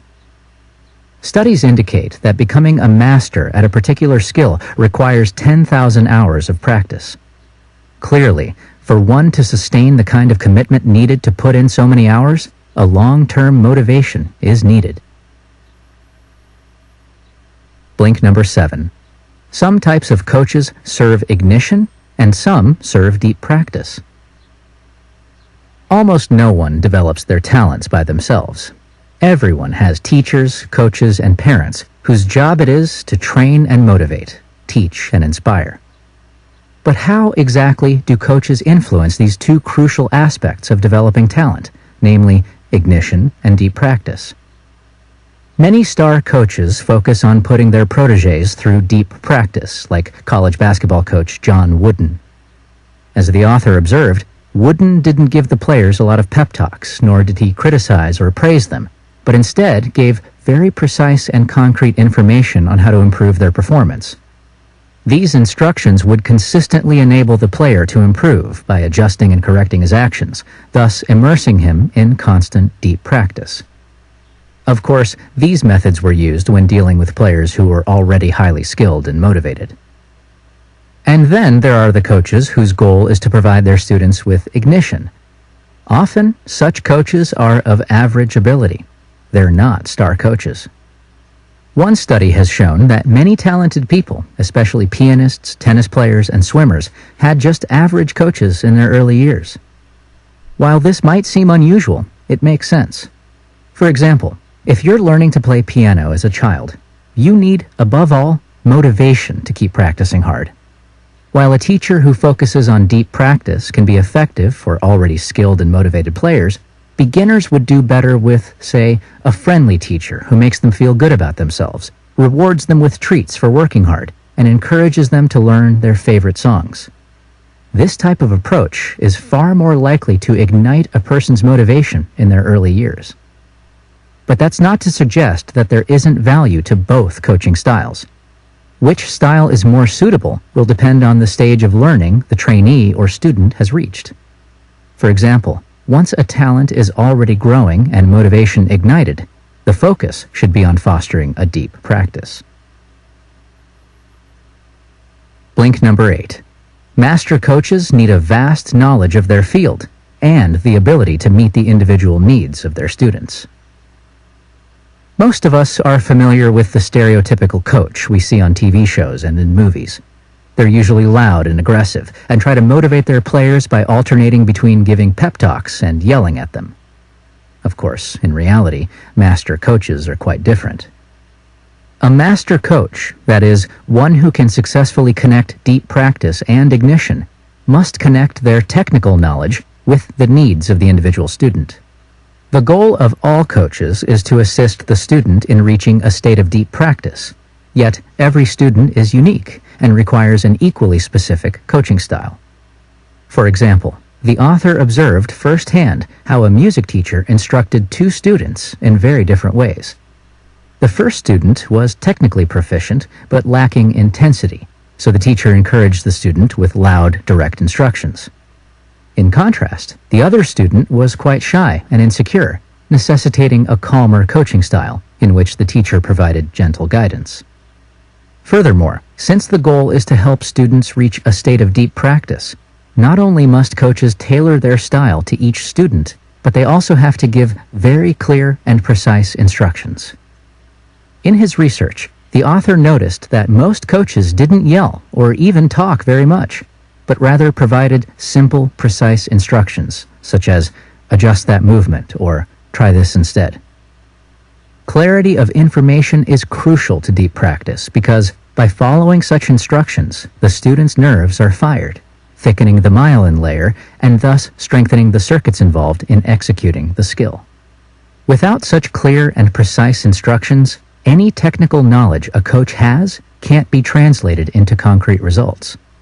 Just as the instructions of a physical trainer must be clear for their knowledge to lead to you building stronger muscles, coaches in any given field must be clear and precise in their directions in order for their technical knowledge to result in your myelin growth. You've just heard our blinks to The Talent Code by Daniel Coyle. The book's key message is that talent depends on myelin growth, the insulation that wraps around our neural circuits. To stimulate myelin growth, you have to practice at the very edge of your current capabilities so that you make mistakes and correct them. Talent is formed when deep practice is encouraged through long-term motivation and enforced through master coaching.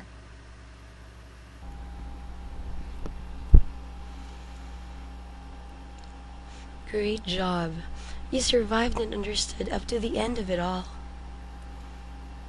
Congratulations. Now that you possess the keys to your healing, it is up to you to use them to unlock yourself. Good luck. As they say, you try, you fail. You try, you fail. But the only true failure is when you stop trying. Try again. If you fail or get rejected, you can always try again. However, if you never try because you're afraid to fail, you'll never succeed.